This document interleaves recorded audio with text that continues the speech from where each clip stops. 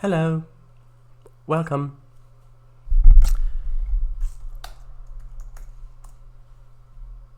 Hey, E. Hello. Welcome. Oh, hello, Kagafago. Hello, Marky. Welcome. Hi, Marky. Hello, Mr. W as well. Right. If I seem a bit tired today, then probably because I am a bit tired. A bit tired. So, right. How is everyone else in chat, though? Everything okay? Everything good?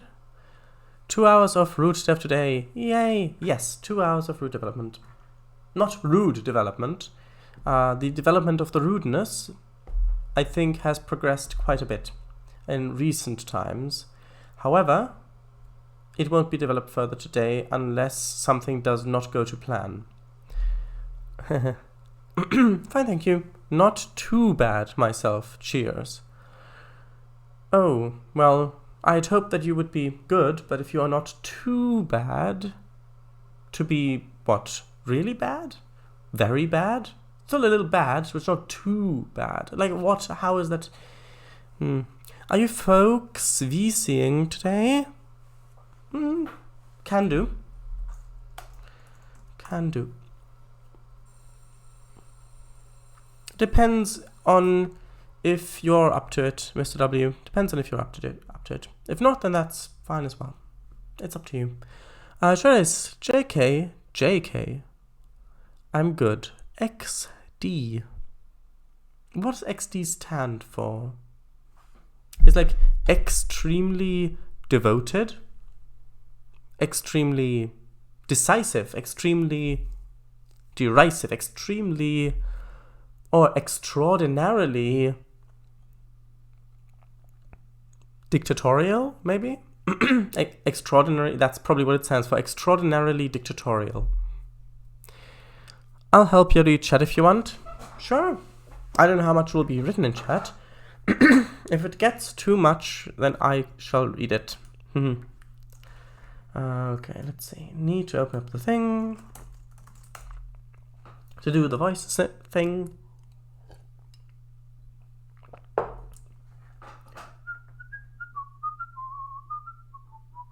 Find it interesting.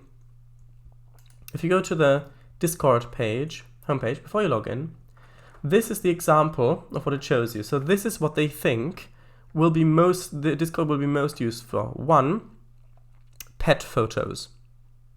2, study group. And they're going to expect that people will not have notes for their class. 3, games. And 4, cooking. And also they expect that frogs and strange ice cream / fungi /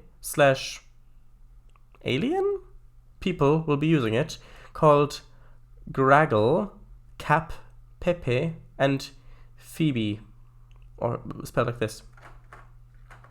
Also, that it will be used at 9 a.m.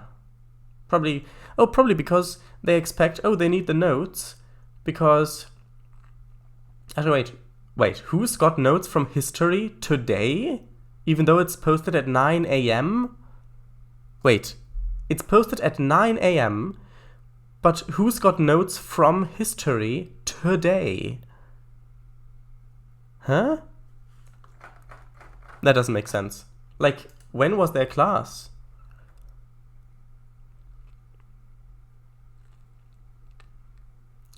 Right, I'll hop into voice chat.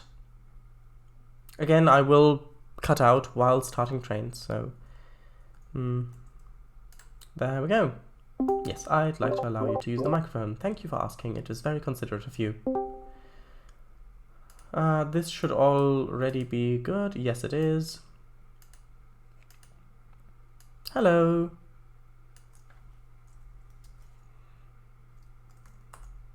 Can you hear me? I can hear you. Good. Are you using headphones? I am now, yeah. Good. I can hear you. Good. I'll start Trainz and then you won't be able to hear me likely, and then I'll reconnect. Okay. Mm-hmm.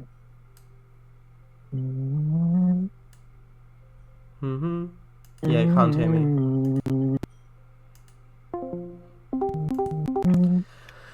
Right, now you should be able to hear me. Again. Yep. I can hear you. Okay, so let me load. Start the loading of the route. Right, so what's on the agenda for today? Route building on the Milton Valley Railroad. Well, Okay. yeah. Right, so... Yay, shadows. Extrapolating duranium? XDDD. Haha. Excellent delight, and that's why it's also a laughing face. Oh, you're right. Although... I'm quite proud I came up with that, actually. Yeah. Although the X kind of implies that the eyes are kind of squinting together, as though... a bit like squinting a bit. Not just like laughing, but like really squinting your eyes while laughing. A little bit. Maybe it's laughing so... maybe it's laughing so hard that you are squinting. Ah, perhaps. Yeah, Cyclops, before school, yeah. XDD. Ha ha ha. No, ha ha ha ha. Oh my word. They meant for today, XD. Or the class was at 5 a.m. I'm ready whenever you are, Shadice. Ooh. Yeah, that was before. Yes. Hello, we can hear you. Test, test, test, test. Yep, works. Good, I'm glad chat works. Yeah. Okay, so this is where we last left off. In the middle of nowhere. Yes, it was. USA. I think there is like genuinely. I think there is actually a place called Nowhere. I know what I'm looking for. Yeah, and if you're there, then you are now here. Yeah. Okay. Right, so I'll continue the work on the road first of all. So, because that will dictate where the fields go, where the field boundaries go. So, where's the oh, there's been a... Oh, yeah, I had a level crossing right here, grade crossing. Okay. Yeah, I'm happy with this. This looks good. So, although I may need to put... Well, I might need to put some extra baseboards back there. You can kind of see the edge. Well, I'm not sure if what it's like when I'm down low. Will there be a road flyover in that curve? I don't think so. Where it goes over the tracks, there is a place in Cornwall called No Man's Land. Oh God. Interesting. That's a bit morbid. Why? Well, it wasn't No Man's Land. The places in the trenches. Yeah. Yeah, which was sort of in between the two trenches of the opposing sides. Yes. Hang on. Where did you get up to? Okay, go test. Alright, near Lou. Oh, is it? I've been to Lou once. Furthest west I've ever been. That's where I was at. You've only been to the loo once. You must be busting. Ever been? What's first I've ever been? To you. Mm-hmm. Yeah, yes. Yeah. I mean, in all the years, it has to rub off a bit, doesn't it?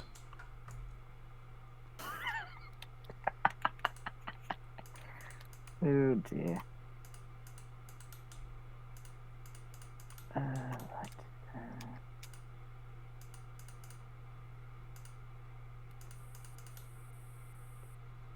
Shada is har har har. Why are you saying that to me? Oh, right, you mean Mr. W. Har, har, har. He means you. Is that gonna... Oh, yes. No, that's not gonna...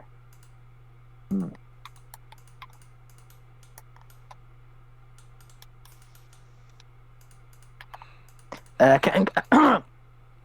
can go puns and puns upon puns coming from you. Who would have thought? Who would have thought, Mr. W? I suppose like Showdice, we get quite we tend to make a lot of puns when we're tired, and I think we're both a bit tired. Although, to be fair, I do also like to make quite a few puns when I'm wide awake and not tired. That's true. Is that gonna? Yes. Oh, come on. What are you trying to do? Are you trying to plug something in? No, I'm just trying to work something into a game.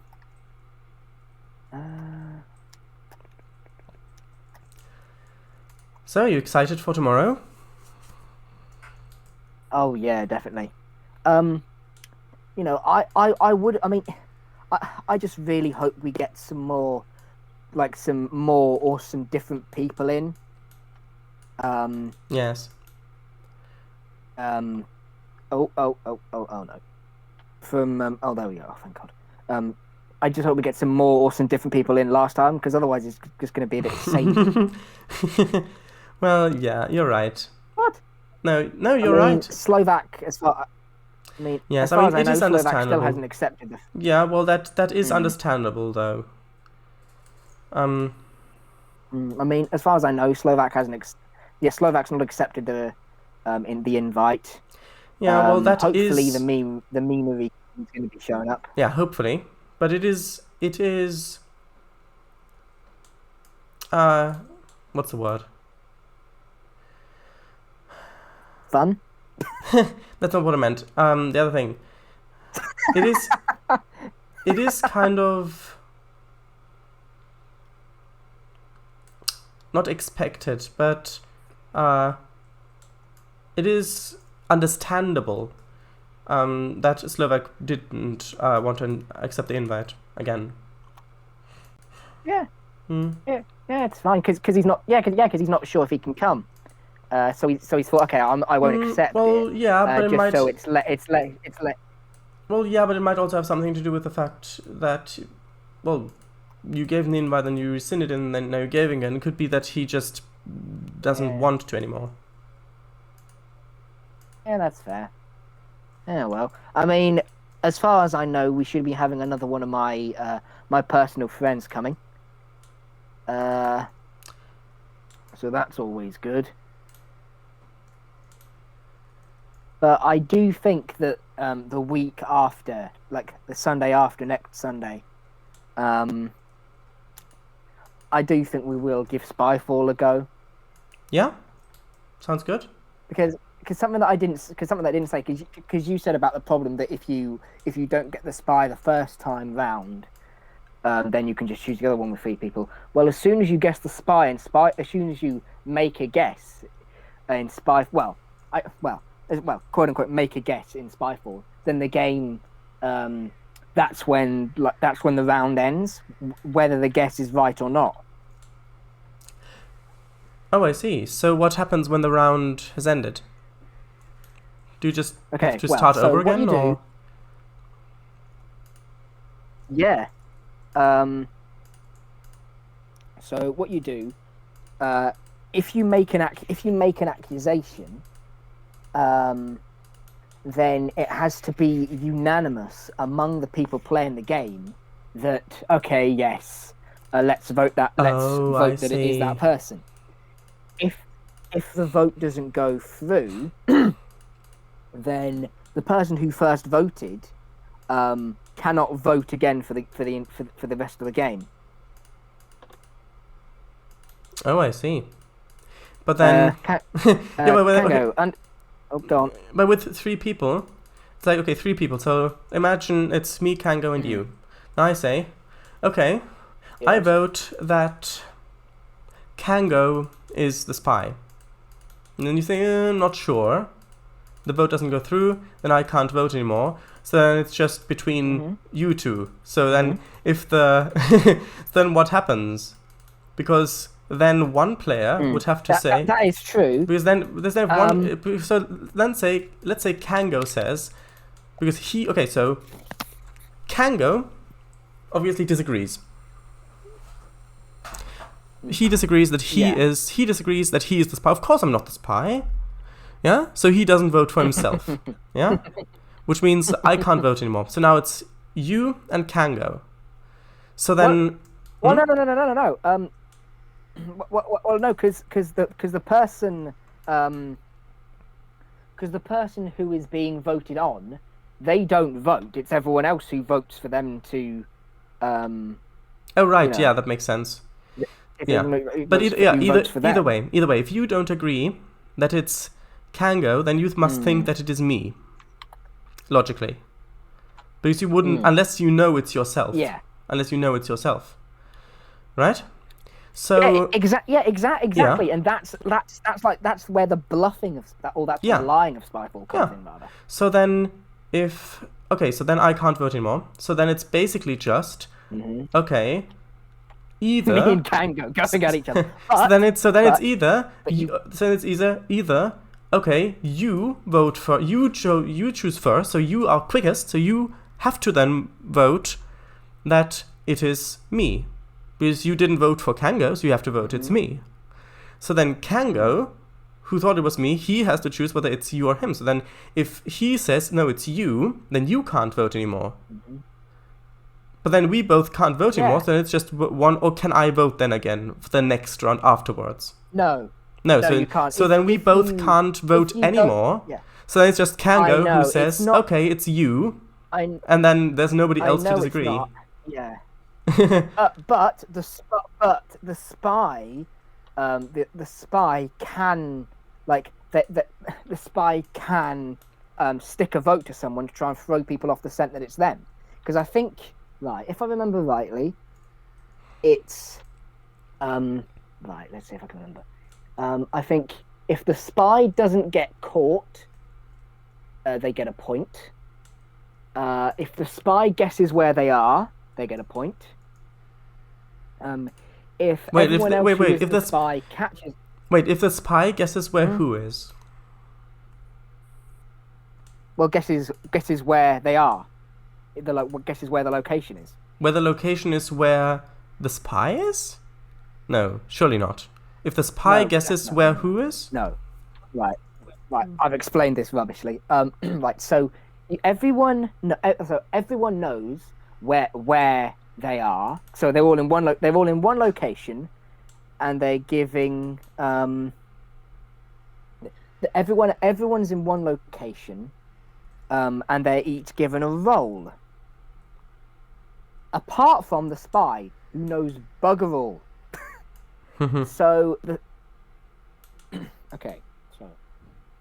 so the spy has to try and work out where they are and guess. But then everyone else who knows where they are. Okay. Start from the beginning. Yeah. So okay. So hang on. No, you ask each other questions. Yeah. No, I was just gonna say, take your time, get it straight in your head, and then. But yeah, it's fine. It's fine. Yeah. Okay. Hang on. I'll read chat while I'm doing that. While you're explaining it, that might be a bit tricky. No, I'm not explaining. I'm thinking. Yeah. Kango. So it is a bit like Cluedo. No, I don't think so, because I think in Cluedo, if you make a final accusation and it's wrong, then I think you're quote unquote killed off by the killer. Kango, Kango left chat in disgrace. XD, no, he didn't. Kango. So, Mr. W, that guy in the board game video compared Spyfall to Among Us. I think you might have got that wrong, Kango. Is the comparison justified? No, I wouldn't say so. But then again, I think you might have misremembered it. Kango, I haven't played either. Kango, how are you today, Marky? Kango, start from the beginning. Hey, Marky. Hello. Hi, Marky. I'm fine, thanks, Kango. Great. Oh, gosh. And then just Kango repeats the chat from the start. Okay. So as I've said, everyone knows where they are. And everyone is given a role. So if the location is on a train, you might be... No, that's a bad one. If the location is a hotel, then you might be given... Then you might be given the role of cleaner or receptionist, or for example, But aside from the spy, now the spy doesn't know where they are at all, and so isn't given a role either. Well, I guess the role would be spy. And everyone asks, yeah, and everyone asks each other questions, and you have to both ask and answer questions in a way that that shows, okay, you're not the spy, and also, yeah, that you have to ask and answer them in a way that shows that aren't specific enough to say, oh, okay, he was just trying to get information because he's the spy. But you also don't want to make them you don't want to make them too vague so you seem suspicious, and you also don't want to make them too specific so that the spy can guess where they are. So the spy needs to find out where all the other players are, or so they get a point when they find out, or where the spy themselves is. Every other player aside from the spy is in one place. Yes. But they're different roles in that place. Oh, I see. So everyone is everyone else in the same place, and the spy has to find out where that place is that everyone else is at. Yeah, basically the spy is also in the same place, but the spy doesn't know it. The spy doesn't know where they are. Yeah, that makes so much more sense now. I was thinking under the assumption that each player was at a different place, and somehow they need to kind of confirm where the other players are. But no, if everybody is in the same place, it's just the spy who doesn't know where that place is, then yeah, that makes more sense. Kango,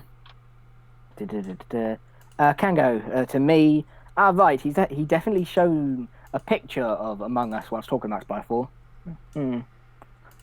Could you put a link to that video in the Twitch chat, Kango? Because I can't actually remember which video you're talking. I sent you. Kango, that's good, Marky. Kango, also, Mr. W, for when we play Spyfall, will we have to dress up in grey, oversized raincoats, hats, and magnifying glasses? Me to Kango, if you want to, go right ahead. Kango, if you're in the UK, for example, go left ahead. Yes. There is one that I do really want to play, but it would take quite a few people, and the setup of it does seem a bit complicated. Is it an escape room? I think it is not an escape room. No. Although what you said would be true for that. Yes. Oh God, me, you, and Kango in an escape. That sounds like the beginning of a joke. Oh, that would be amazing. It sounds that sounds like such a good joke. Like you, me, and Kango in an escape room.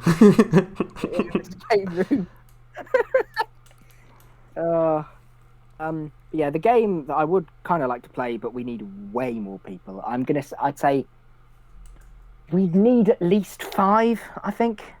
Which is only 2 more to be fair, but hey ho. It's called Blood on the Clock Tower, and I'm using an online emulator for it.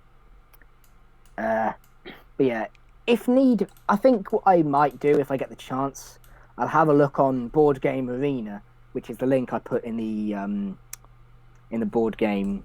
You mean the one you need to make an account for? Yeah, that one, and the same one that you need premium to. The same one that you need premium to play some games. So does everyone need premium to play those games, or only the one who hosts the games? I would assume so, but whatever happens, I'd likely be hosting the games, and until I get until I get a job, basically, I wouldn't be willing to do something like that, because I think it's a month, because I think it's like a monthly payment or something.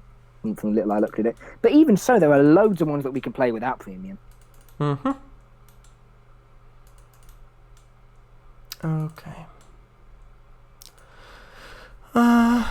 Okay, let's see. Where did you read it up to? Oh, right, Well, that. I'm just about to do it now. Right. I think I've done it. Did you want to do it, or shall I? I don't mind. I'll read it. Go right ahead, if only. Paradise. Don't know what it's called, sorry. You can check your Discord DMs with me and scroll a bit up. It's the video where he lists a bunch of Zoom games. I'm not sure why you're telling me that. Oh, right. Miss Yeah, W. I think that's another. I think that was another. That was another typo. Oh, that one. Doing very well today, Cam. I remember. I think you've done it twice today. He's tired today as well. Yeah, alright. Oh, that one. I remember. Yep. The one that you said went a bit fast. He read until if only. If only. Meant to tag Miss W. Not Paradise. Grr. Not tired. Not tired. I am not tired. Well. I'll leave that for now. So there. Yeah. Sorry, I've just realised the streams were in voice chat together. It seems to have just been turned into a plug for the BGC. I'm really sorry about that. No need to apologise. No need to apologise.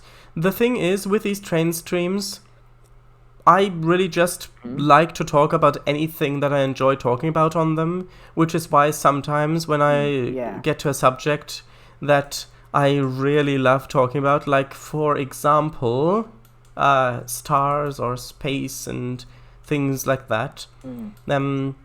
I mean, it's just building some trains with talking in the background a bit. So then I enjoy talking about that, so I talk about it. So if you enjoy talking about something, then feel free to talk about it as well. Of course, I, as the host, reserve the right to stop any conversation if I... but no, it should be fine. Should be fine. Let's see. Okay, I've explained it many times. I chose Paradise. It chose Paradise. Yeah, I know. Miss W, I thought you wanted more people to trickle in. Yeah, sometimes it's Doctor Who. Sometimes it's Doctor Who. Then it's Star Trek. Then it's the Board Game Club. Then it's whatever. Trainz. That's one. Also, stars. Also... I heard that. Yes, I know.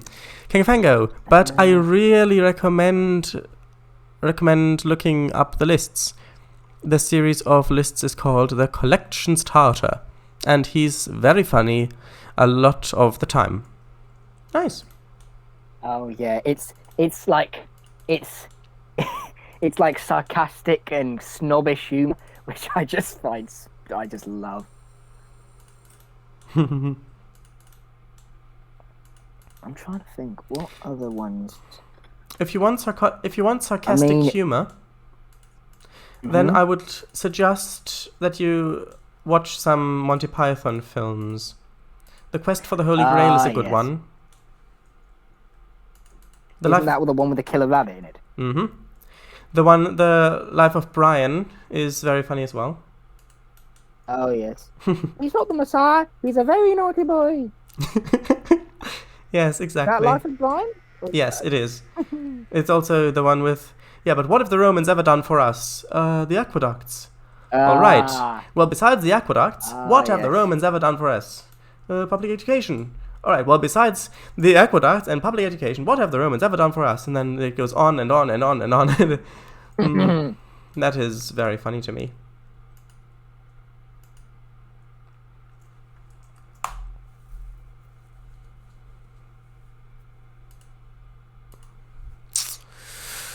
Okay. What's it about? Sarcastic and snobbish. Great combination. What's what about? The Collection Starter. Sanitation? I don't think it's about sanitation, Cargo. Yes, I know, it's one of the things in the list about in the Life of Brian. Well, it's a collection of lists. Oh, a collection of lists. Yeah, but lists of what? Yes. Well, board games. So they'll do top 10 social deduction games. No, shut eyes. Oh, right. All right. Oh, right. Hmm. There you go. Yeah, Oh, there's I get it now, he says. there's what? Yes, there's one that I really would like to get, but it's just too big. It's called Gloomhaven, and the size of the thing, like it seems to be basically D&D with cards. Like, and I so want to get it, but I just don't have the space. You Yeah, mean one that you I don't would- have the physical space for it? Yeah, basically, until I start getting rid of some stuff, I just don't. And I don't really have a big enough table to play it on, and I don't have anyone to play it with. And it's one that we would have to do like a weekly sessions of. It's as I said, it's basically like D&D, and so needs all the things that needs a lot of the things that D&D needs, but with cards. Interesting. But- You know, Marky, But if you're one still that in one second, Marky, if you're still in chat, I mean, if you've, Go on. I mean, if you would like to, feel free to also join voice chat if you want to. You're welcome to do so. Right, yes. What were you saying? And if you want an invite as well, Marky, that's fine. I'm just don't mind me just busy shamelessly plugging the BGC. But one that I am, I would, yeah. It sounds Yeah. so professional. One that yeah. It's like, oh, don't mind me. Don't mind me plugging the BGC. It's like, you didn't talk like that, but I can imagine someone saying it like that. Yeah. Yeah. One that I'm really looking forward to is it's a bit like Pictionary, but it's called A Fake Artist Goes to New York. Yes. So yes, you would need the role, Marky, on Discord. You would need the role. I can give you the role if you want to. If you would like to join, just say so in chat, and I'll give you the role. No issue. Yes. Anyway, sorry for interrupting again. You said an artist goes to New York. A fake artist goes to New York. There's a big difference. And basically, everyone knows what they're supposed to be drawing, aside from... I think you've already explained this. I think I might have, yeah. Well, go ahead anyway. Yeah, explain again. Yeah, it's everyone knows what they're supposed to be drawing, aside from the fake artist who knows the category, but not the actual thing itself, and they have to try and work out what they're drawing.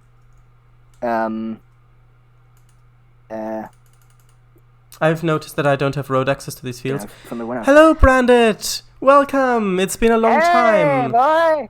You know, just before I started the stream, I was thinking, oh, it's been a while since I've spoken with Brandit. Brand, sorry. And there you are. Oh, everybody's here, apparently. Welcome. Oh, hello. The gang's all here. Yes, indeed. Hello, everybody. It's nice to see you again. Well, to see the text you're writing again. Yes. You know what? I'll read chat until we get to this point. One second, because I want. This could fill up so quickly with these guys in chat. Yes, it absolutely could. So thank you for your mercy. No. All right. Yeah, I don't know. Shadows. All right. Yes, I thought he'd need the role, wouldn't he? Yes. No, I'm good. Thanks.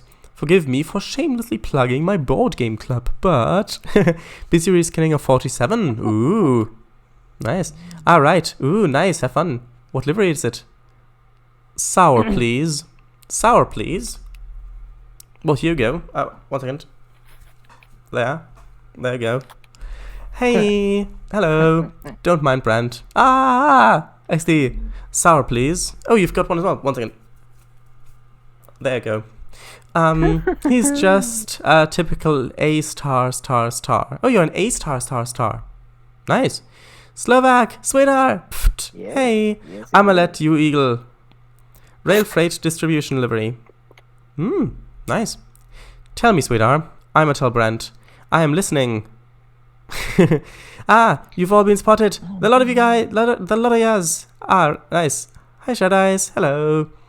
Yeah, hi. Hello. He said, tell, not let. All right, tell me. Sorry, I thought let me. Tell me, sweetheart, exactly. Right, now you can continue. By the way, if any of you want to go and hop into voice chat, feel free to do so. Do it at your leisure or leisure. Right, now continue. Well, I don't think I've just got anything to say. I interrupted you, so you obviously had something to say. Did you? I think we're talking about a fake artist goes to New York. Oh yeah, that one. So yeah, I mean, the fact that rubbish drawing skills can be an excuse for everything, is really good. And the fact that they know what the category is gives the fake artist some degree of a chance. Mm-hmm. What about murder?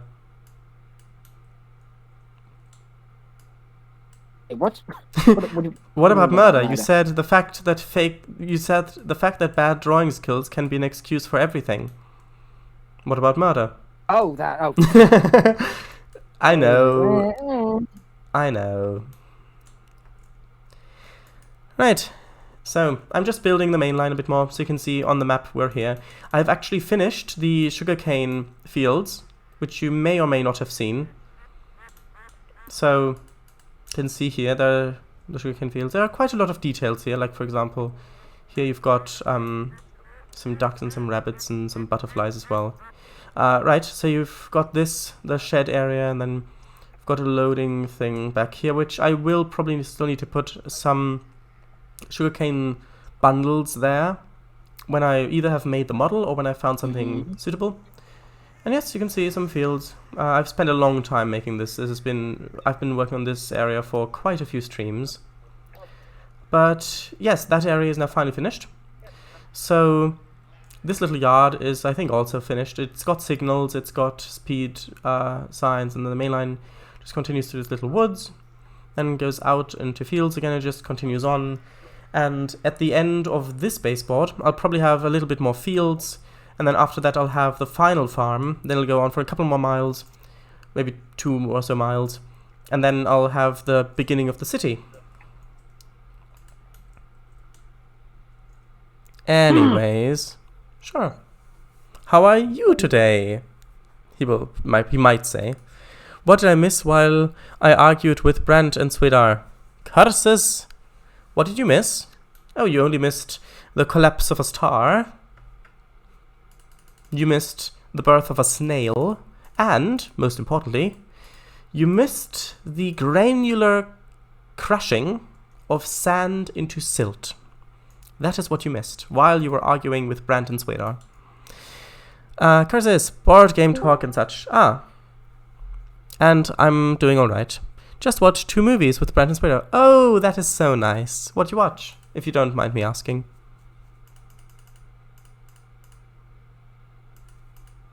Hello? Hello.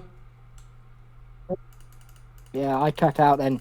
I keep accidentally getting rid of the Discord tab.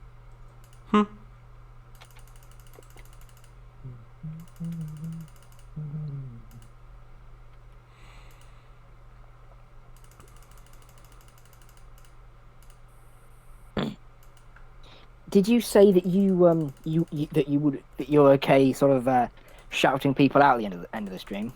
Yes. If I think they deserve it. Yeah. Or if I get paid ludicrous amounts of money for it.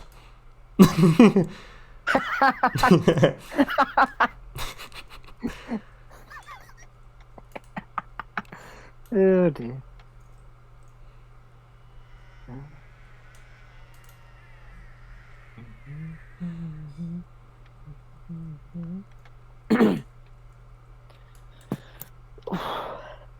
Where were you? Where were you? I was finished.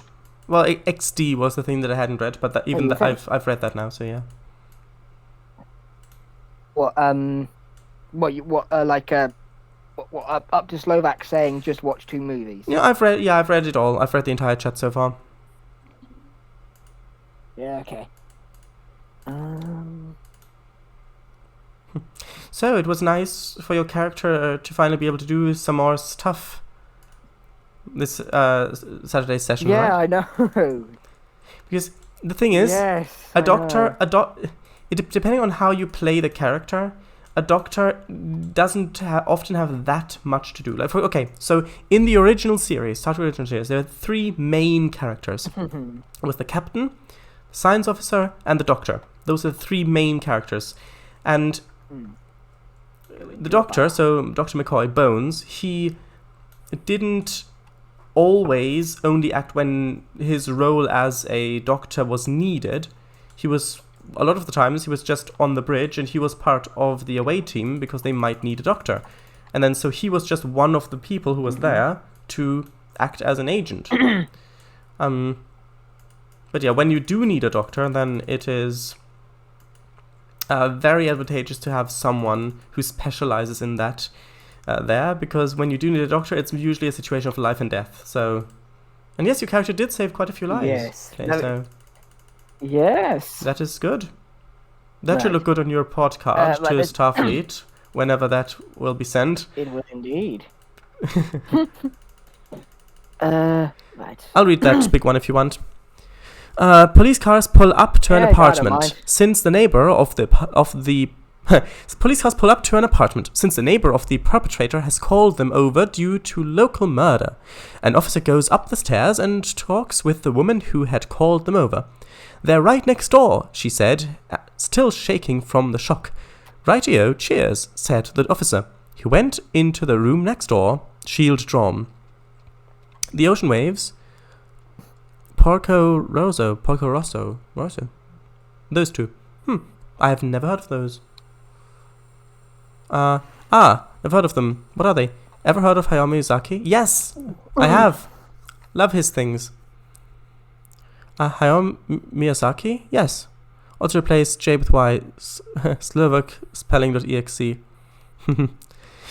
Isn't it funny how when you talk about some, like a joke like that, like, for example, Slovak spelling.exe has stopped working, or something like that, you always use an exe. Always a Windows application. You never use .app, a Mac application. Isn't that funny? The famous anime director... I mean, I suppose .exe might sound better, but then again, even that's subjective. I think that it's probably because Windows applications are, at least a lot of them, run into more problems more often than Mac applications. At least this was true for a long, long time. Not sure if it's still true, but probably is still. Maybe that's why. Yes, nice. I have seen a few of them, but I haven't seen those. Porco Rosso is about a bounty hunter pig who flies a plane in the Mediterranean Sea. Oh. Interesting. Sounds interesting. Alright, pig. I see. The Ocean Waves was made by his brother, I believe. Romance school slice of life anime. Alright. Well, I never used Mac nor Linux. Obviously, I go with exe. Or would you prefer .pdf? Yes. Actually, no. I would prefer .docs. Because the thing is, Yes, but the no. docs format doesn't work well on Mac. For example, a lot of the formatting gets lost with it. Additionally, you don't have separate pages. You only have one continuous document, so you don't know where page breaks are. PDF, however, works perfectly fine on everything, really. So, But then again, my brain is an application, not a book. Let's go with .package or 7z. Okay. Yes, .docs. Dockers. Oh, very well. Flick. Were you about to say something or not? Me? No. It's just sort of generic. It's just sort of generic thinking sounds. Generic thinking sounds. Bing, ding. Yeah. No, I'm not a fax machine or a typewriter, thank you.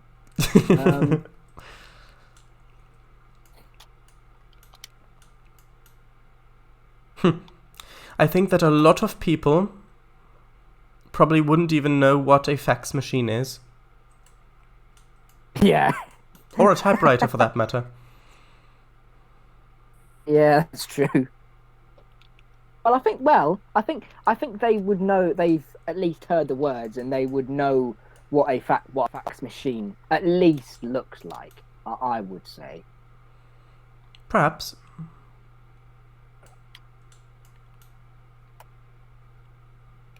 I would argue that with a typewriter because typewriters are seen as romantic, aren't they? Like an author of a novel sitting at home by a fireplace with a typewriter hammering away at the keys with a ping, ping, ping, and then ding, sending it over, returning the shuttle. It's a more of a romantic thing. But if you see a fax machine, then you think of office spaces and neon light and not neon and those cold office lights and cubicles and not neon lights, cubicles and that sort of thing. So that's not really as romantic. Neon lights in an office. Not neon, the other ones, what are they called? No. LED? No. The other ones that flicker very, very, very quickly. The ones that flicker when you record them with a, what? Christmas lights? No. That very, very quickly. That makes that you can't see it that well with the eye, but if you film it with the camera, they flicker on film a lot of the time. I don't know. They are neon. No, it is neon. Then it is neon. Yeah, I was right. All right. Oh. Neon lighting. So lights using neon gas. Just not that type of neon lights. The other ones, the tube ones. Yes, exactly.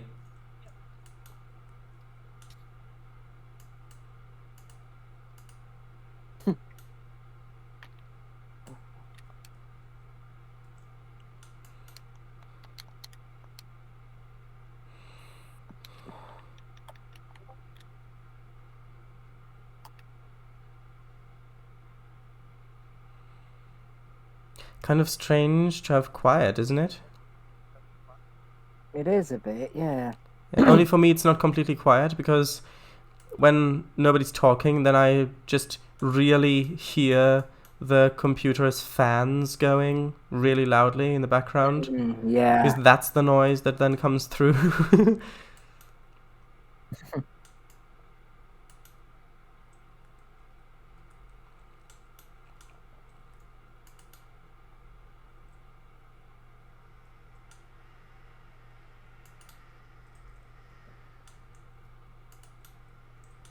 All right, the power lines. I forgot about them.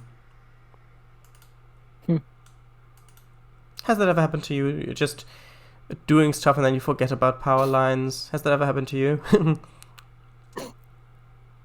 Well, I can't say that I have.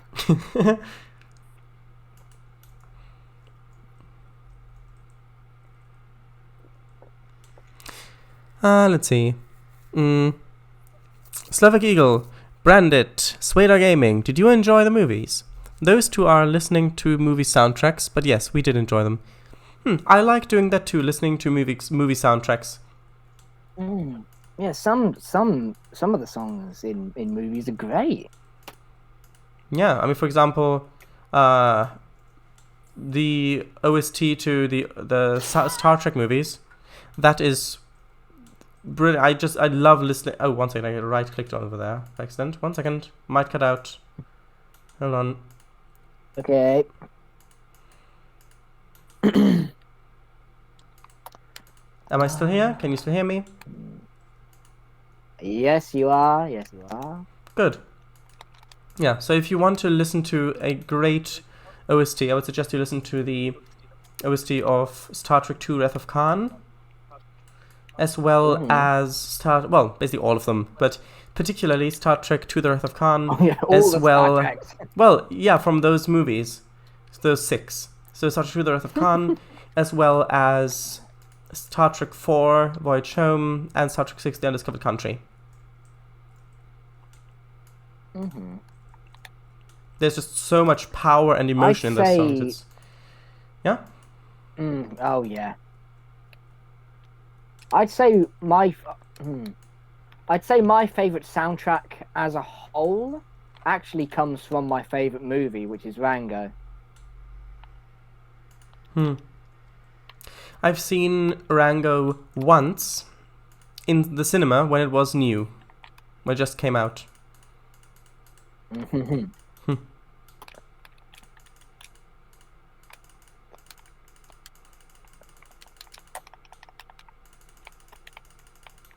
I suppose it's me liking westerns, but not really liking like the dark, like the Tension. darkness, like the darkness of the tension.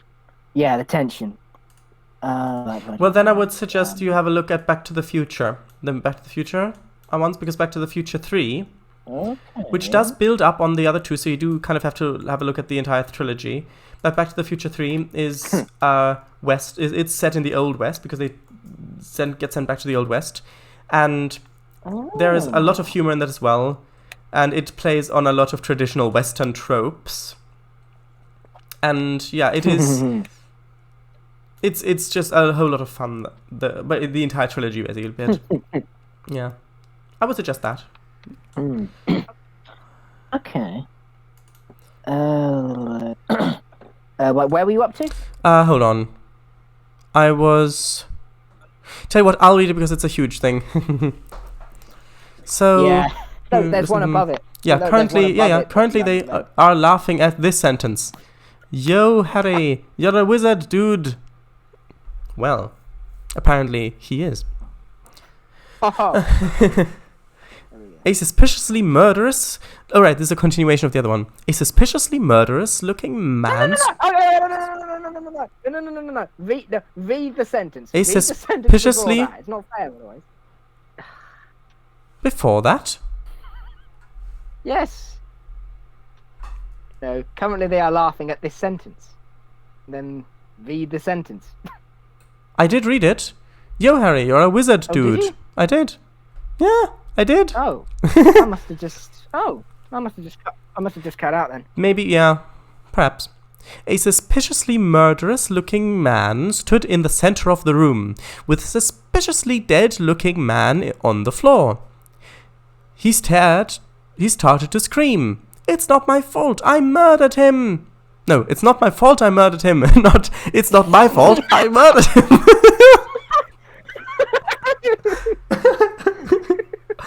Those are very two different ways of reading that.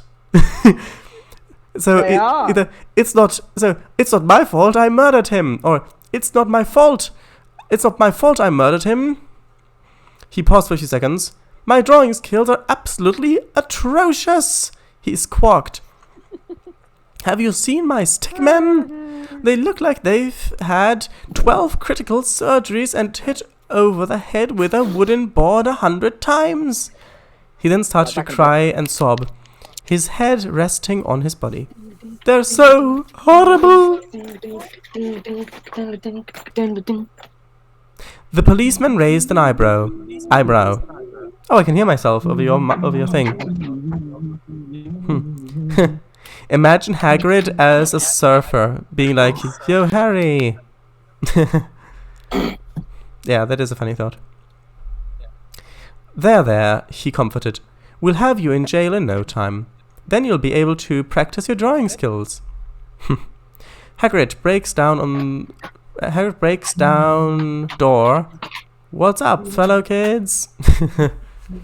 For the rest of your life. Come with me, then. Come here, mate. Yeah, but how is that an excuse for it? It's not an excuse. Because if you had an excuse, then you wouldn't get into trouble for it. Where's that from? Was that the Harry Potter books? Can't remember it from the movies. I've never seen Rango.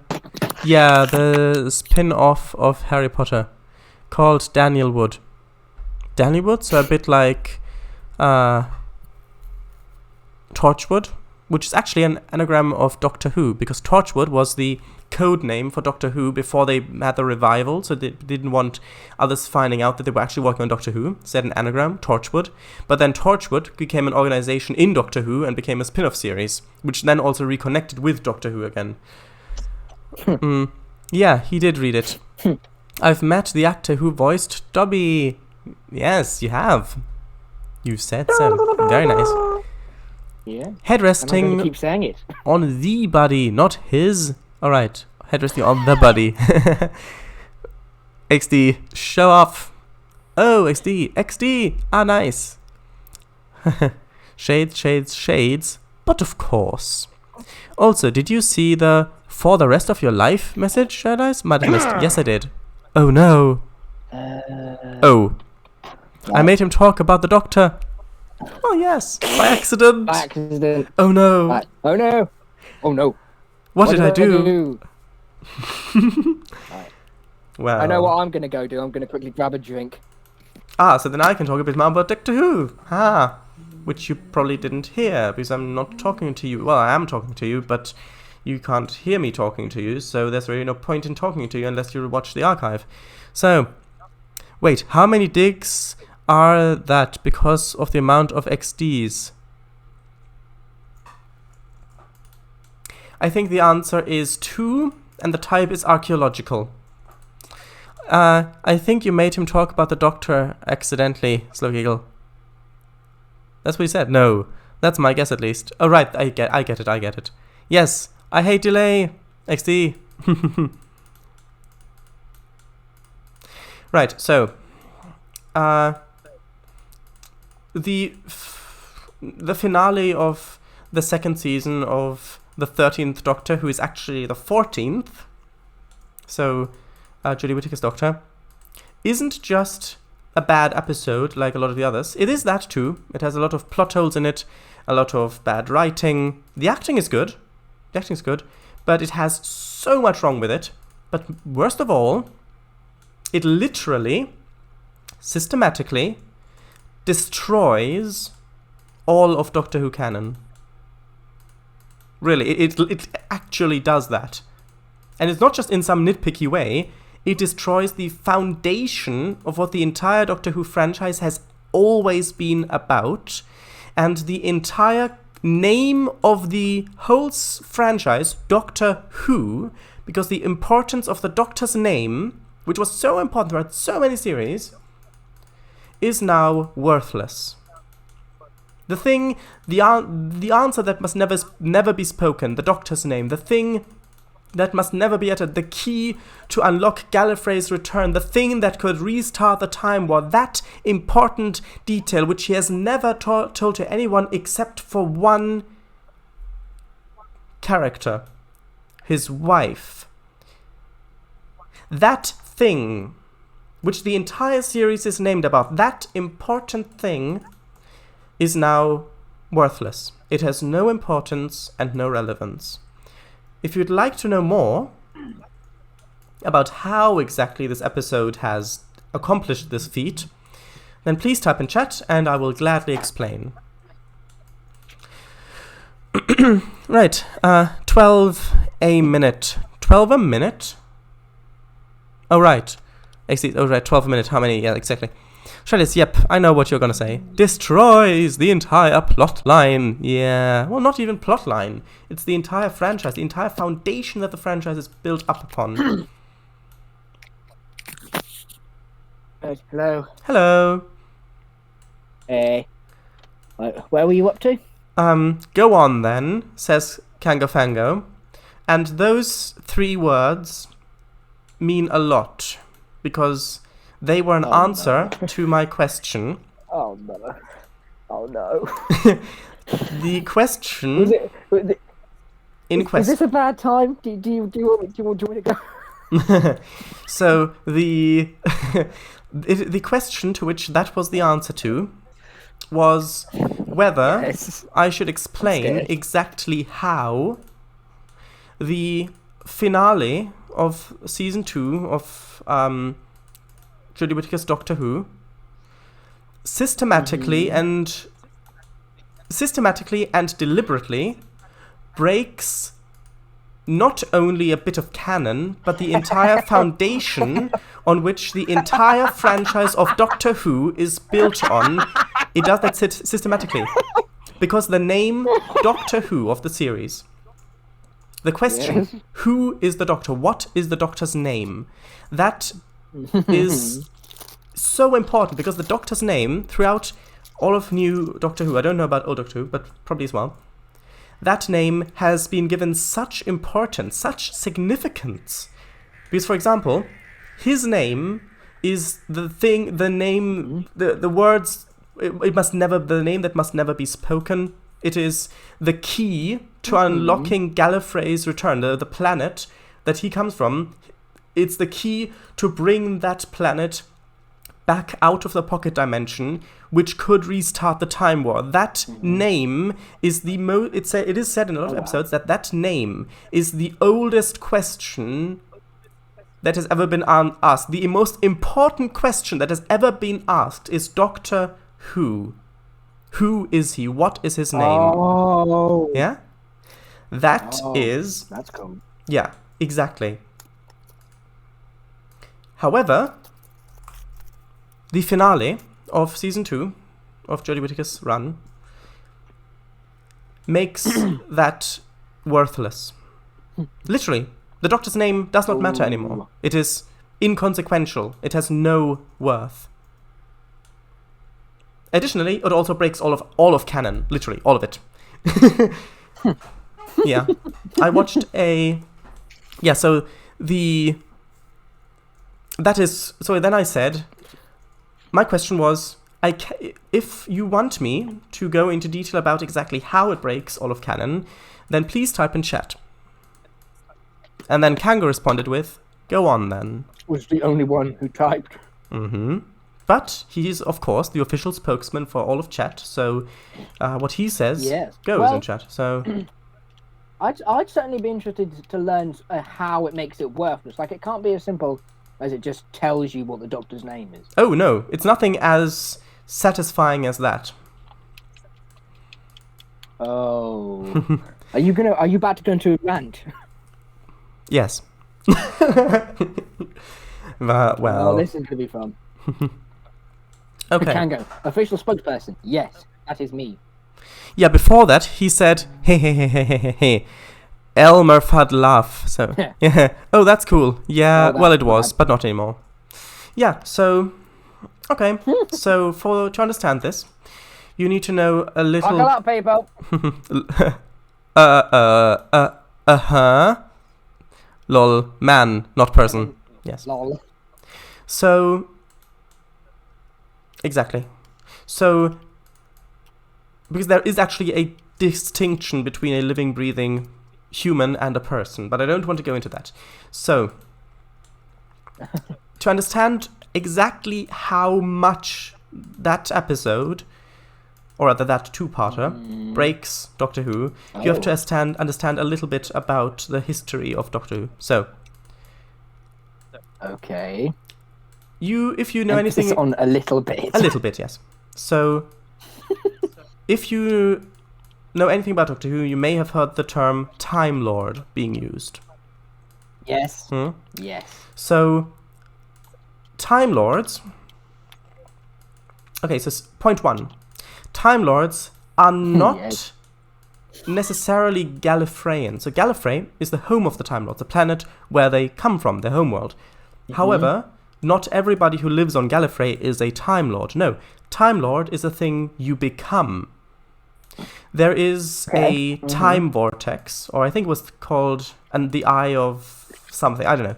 It's a time vortex, basically, on Gallifrey that certain select people who've been to a special academy, when they're children, they look into the time vortex, and looking into the time vortex is what grants them their regeneration abilities. Yeah? So Time Lords can regenerate because they've looked into the time vortex. This is mentioned in so many episodes. It is what Time Lords are, which is also explained in some other episodes, because in one of the episodes, one character, a human, Rose, she looks into the time vortex, and then she suddenly can manipulate the time stream.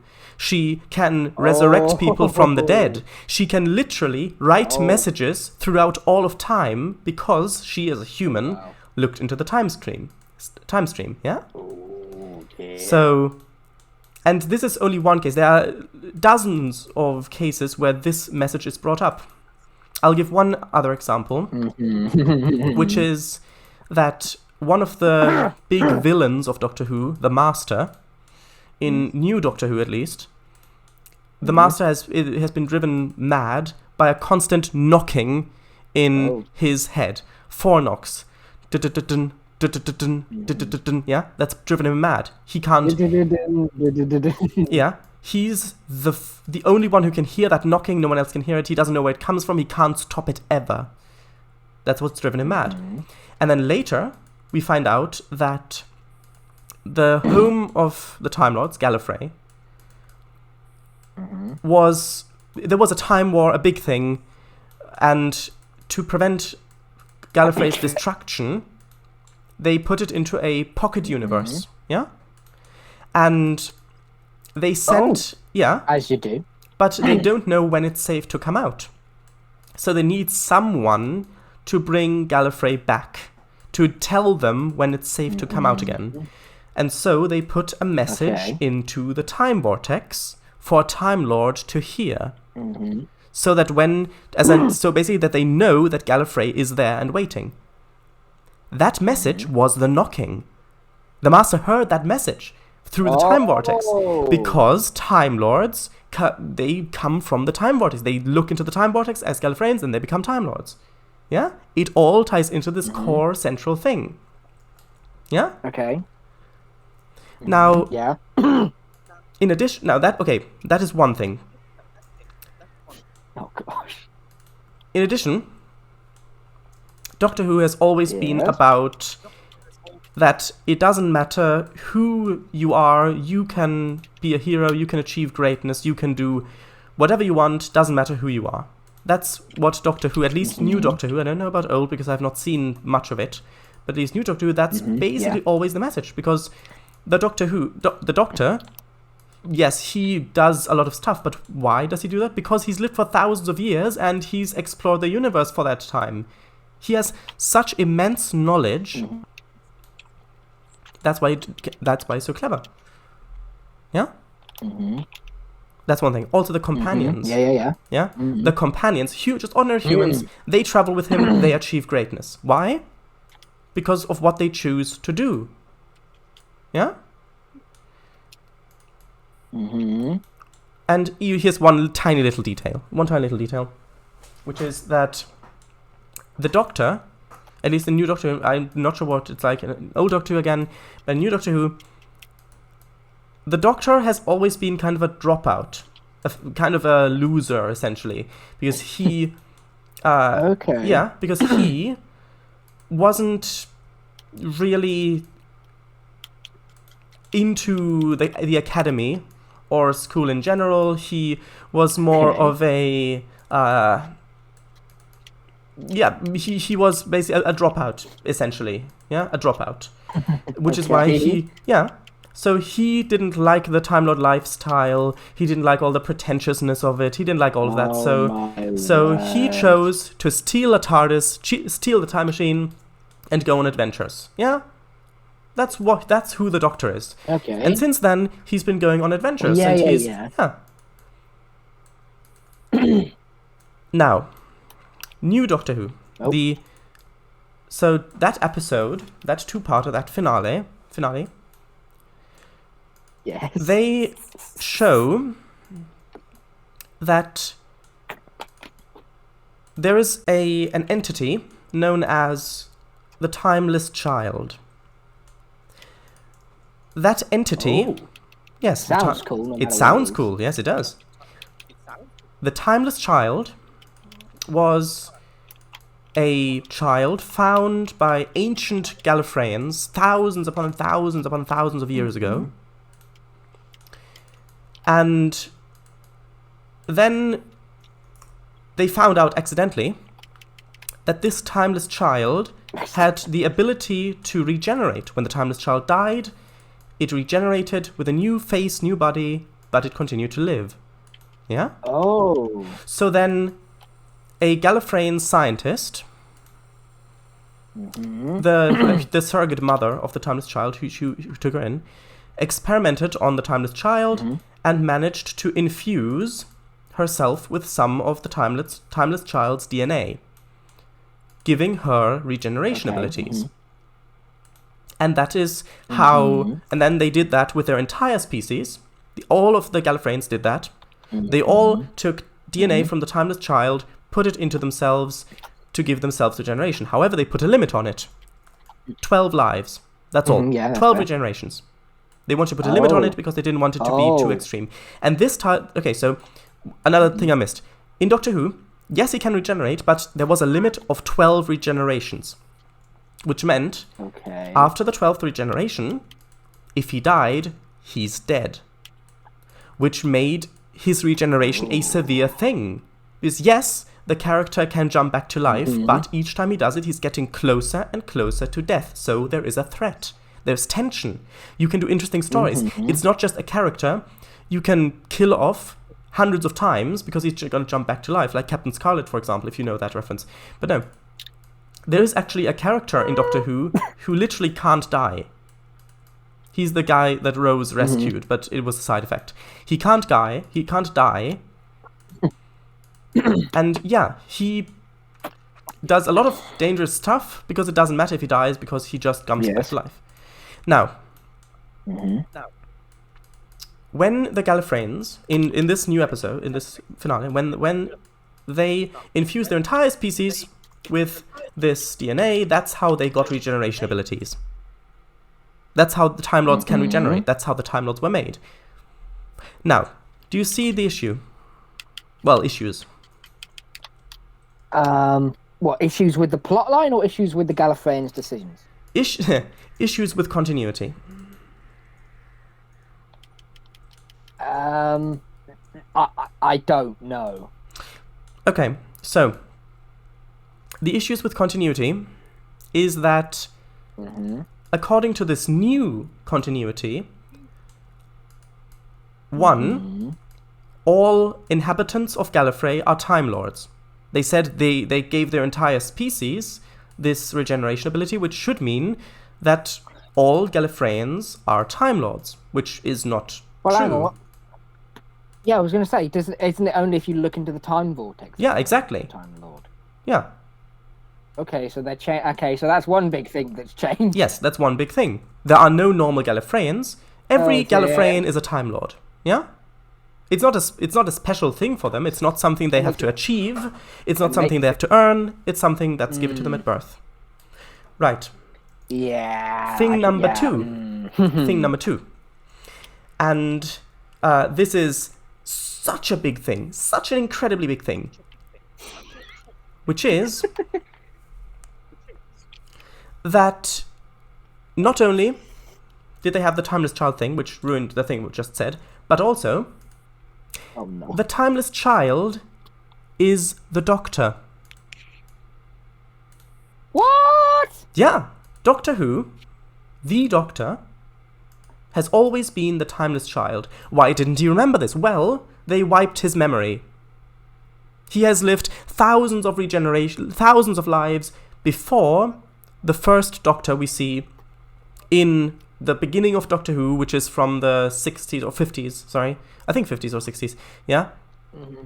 So he had lived thousands of lifetimes before that, which he forgot because they wiped his memory. That does seem a bit of a... Yeah?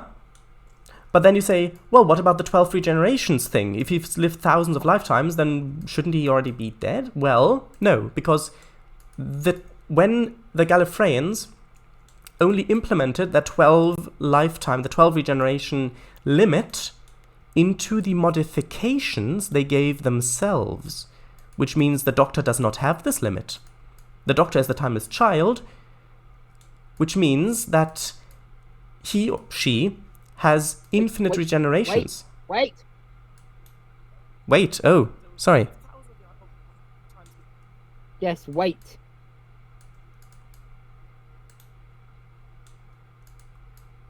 Can you hear me? I can hear you, yes. Can you hear me? Oh, did you cut out? Yeah, there we go. You cut... Yes. I cut out sorry. on the first bit of that sentence. Right. Did you not hear me saying wait? I didn't. Did you not hear me saying wait? I think you cut out, and that's why I didn't hear you saying wait. I heard you saying wait, and then I waited. But before that, no. Oh, hello. Can you hear me? Oh, I can't hear you now. One second, let me... Oh, wait. No, I can hear you. Wait, no. Wait! Okay, yeah. I think it might have been my internet. I think it might have been my internet that cut out a little bit, because I had this issue earlier today as well, as you know. Right, anyway, so... Yeah, if you could just start from the beginning of the sentence that you were on. Okay, so... Since the Gallifreyans... About the Doctor being the timeless child. Yeah, so... Yeah. The Doctor is the timeless child. And then so... Yeah, perfect. If... The thing is, if he's lived thousands of lifetimes before, you think, well, what about the 12 regeneration limit? But, this is the thing. Also, I think Trainz may have crashed. Anyway, so this is the thing. No. The Gallifreyans, in the new canon, the Gallifreyans, when they put that 12 regeneration limit in the genetic modifications they gave themselves. They did not modify the timeless child. They did not modify the Doctor. Which means that the Doctor has, and always had, because this is the thing about retroactive continuity, retconning, the Doctor has and always had infinite regenerations. Which means that every single time, in every episode henceforth, and every episode that has been so far, when the Doctor has been in any sort of danger, any sort of mortal danger, yes, we knew he could regenerate, but it was counting. No, now there is no tension. You've made the main character unkillable, which means you can't put the main character in any real peril for any story that you write from this point forward. Yeah? Unless you retcon it again. Unless you do that. Yeah, that does seem a bit of a dumb decision. Hold on, I'm going to cut out again because I need to restart Trainz because it froze. I'm going to cut out again for a second. Okay. 1 second. Okay, yeah, sure. You can't hear me now, you can't hear me now, yes, you can't hear me now.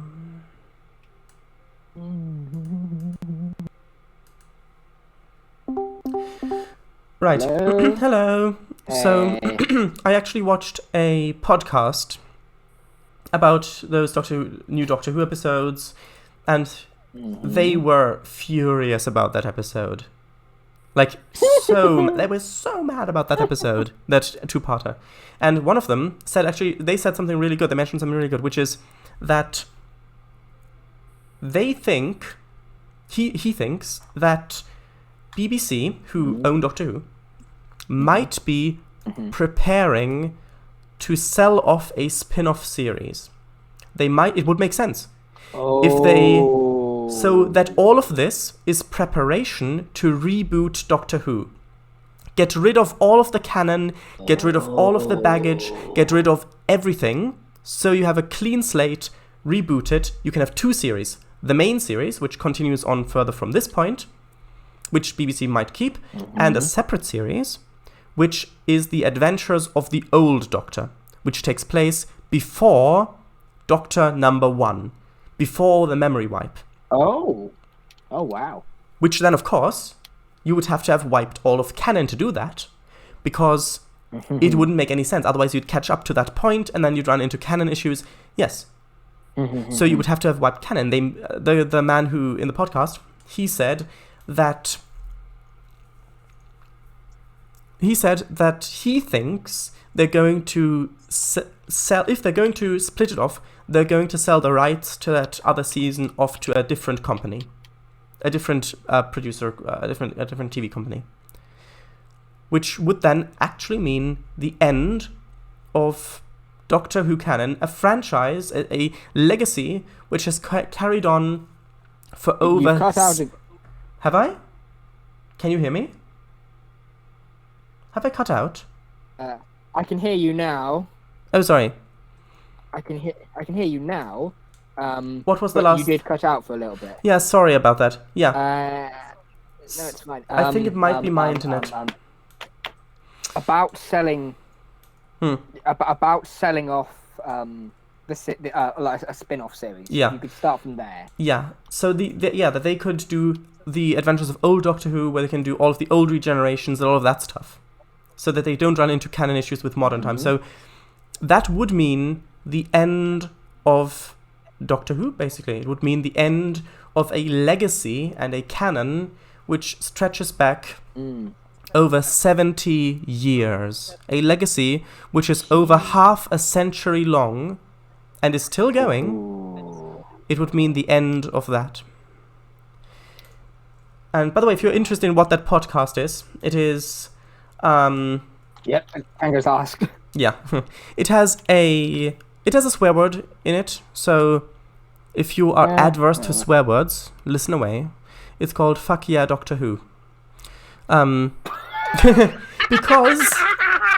Because they started the podcast when New Doctor Who, when Jodie Whittaker's run started, and they were still very excited about how that run could go and all the adventures they could tell with this more familiarly orientated Doctor and show. So I thought the swear word would actually be like in one of the titles of the podcast, or one of them sweared at one point. I didn't realise it was in the title of the podcast. But yeah, at least let me read chat now. So I did not expect that. That was so funny. Right, so man, not person. Here we go. Round 1. Out of how many do you reckon? Listen to him. Don't ask me questions. Ooh, tisk tisk. She time traveling? You mean Bad Wolf? You mean Rose? Of course she is.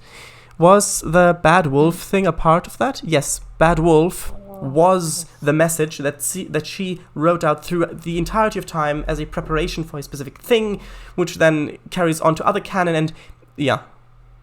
Because one of the strong suits of Doctor Who, at least New Doctor Who, the early stuff as well as later stuff, is just how interconnected the canon is, and how like you've got so many overarching plot lines and things that connect in with each other and references and things like that.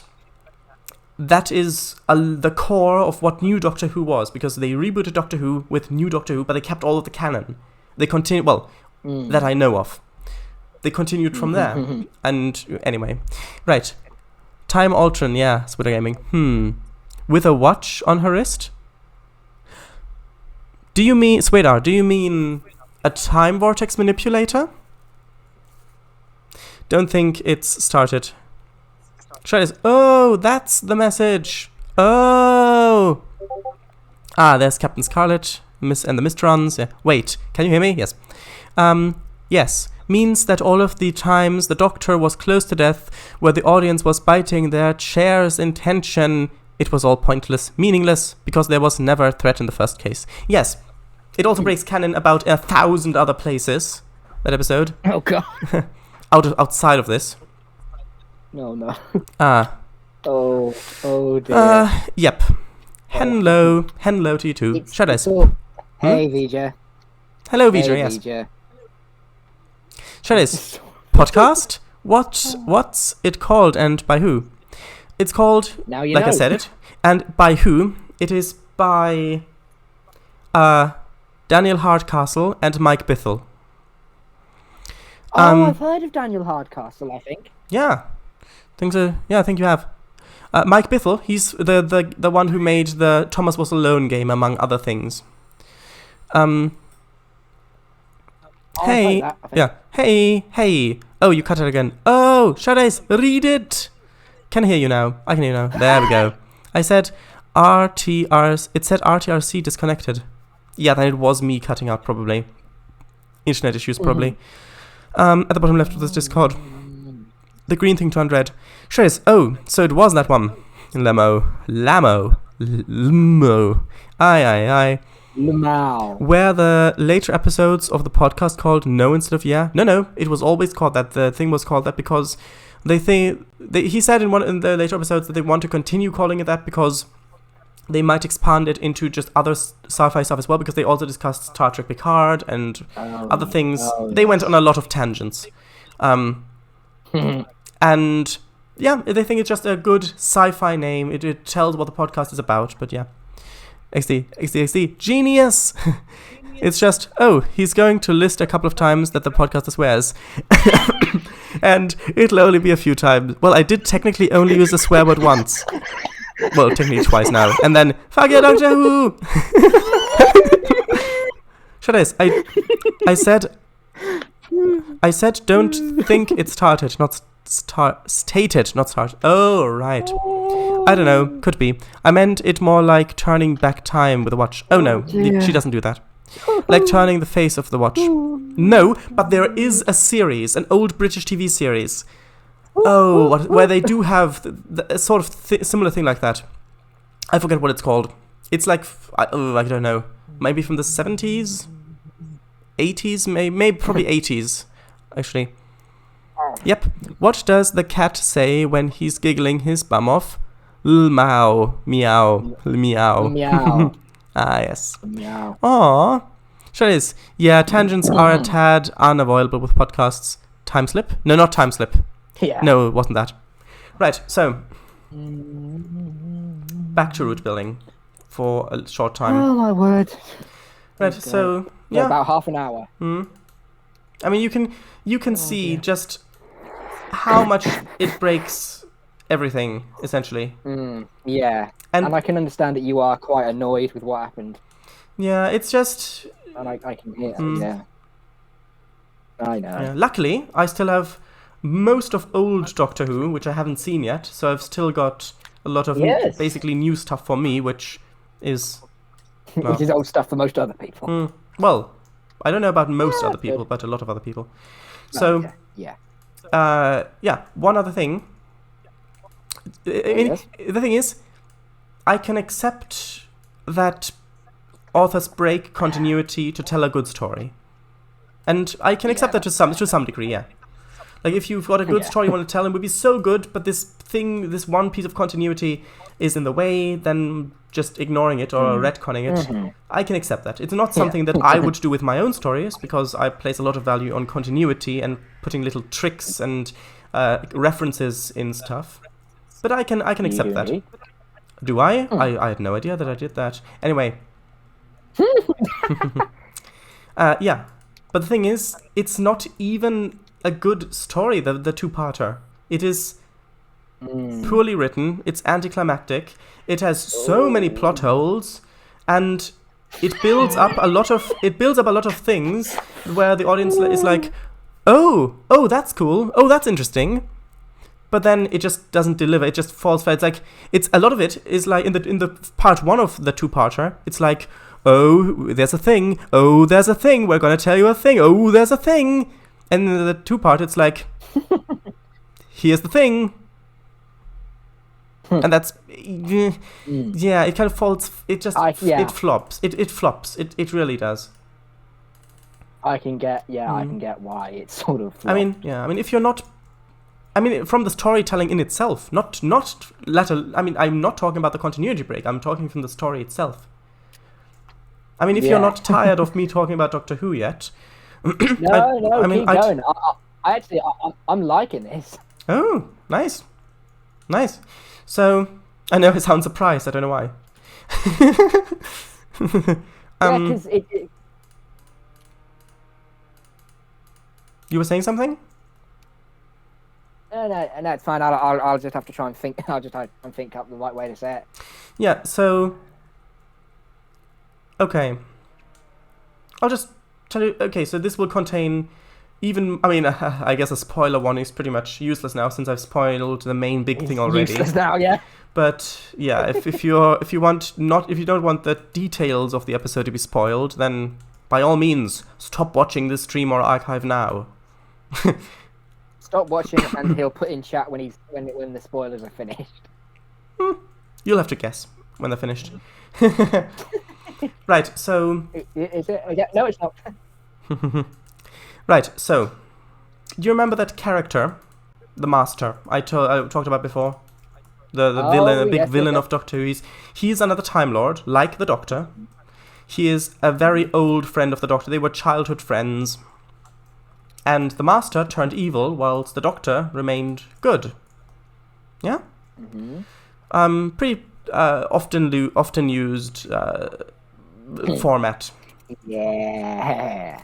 But the thing is that in the last run of Doctor Who, the last series before Jodie Whittaker's run started, there was an iteration of the Master where he actually was female, which is, he turned into a female, which is actually, I think the first time that a Time Lord has regenerated into the different gender.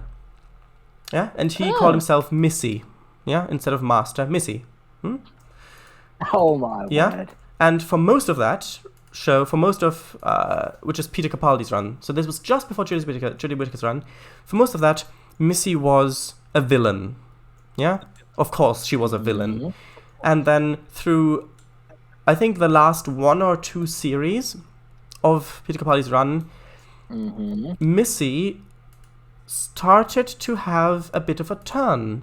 A little bit of the turn to the good. Like, she acted a little bit good in a situation, but then she was, she felt ashamed of that she acted good. And then she went evil again, and then a little bit, and there was this whole multiple season-long character arc of her turning a little bit good and wanting to turn good and be the friend of the Doctor once again, which the Master has wanted for a lot of the time of New Who, their friendship, and it is, I find that is quite a beautiful character arc, because it does a lot with a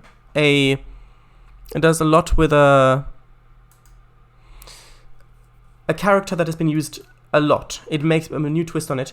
And then in the final episode of Peter Capaldi's run, and this is actually spoilers about a thing which I find very good. So if you intend to watch Doctor Who, New Who, Peter Capaldi's run, the last... Spoiler alert. Anytime soon. Spoiler alert. Exactly. Spoiler alert. Evacuate. Spoiler alert. All hands to deck. No, below deck. Don't go to... No, don't go. No. And he's down. Down? Oh, down. Right, so... Okay, so... At the final episode... Can you still hear me? I can still hear you. Great. So, the final episode of Peter Capaldi's run, except for the Christmas... Well, actually, was it the Christmas? Yeah, before the Christmas special. They often do a Christmas special, and that doesn't really count as an episode of the run. So, in the final episode, it's again a 2-parter. They were in a hopeless situation. The entire theme of those 2 episodes, and a lot of other episodes of that season as well, was without hope, without witness, without hope, without reward. Those 3 things. Yeah?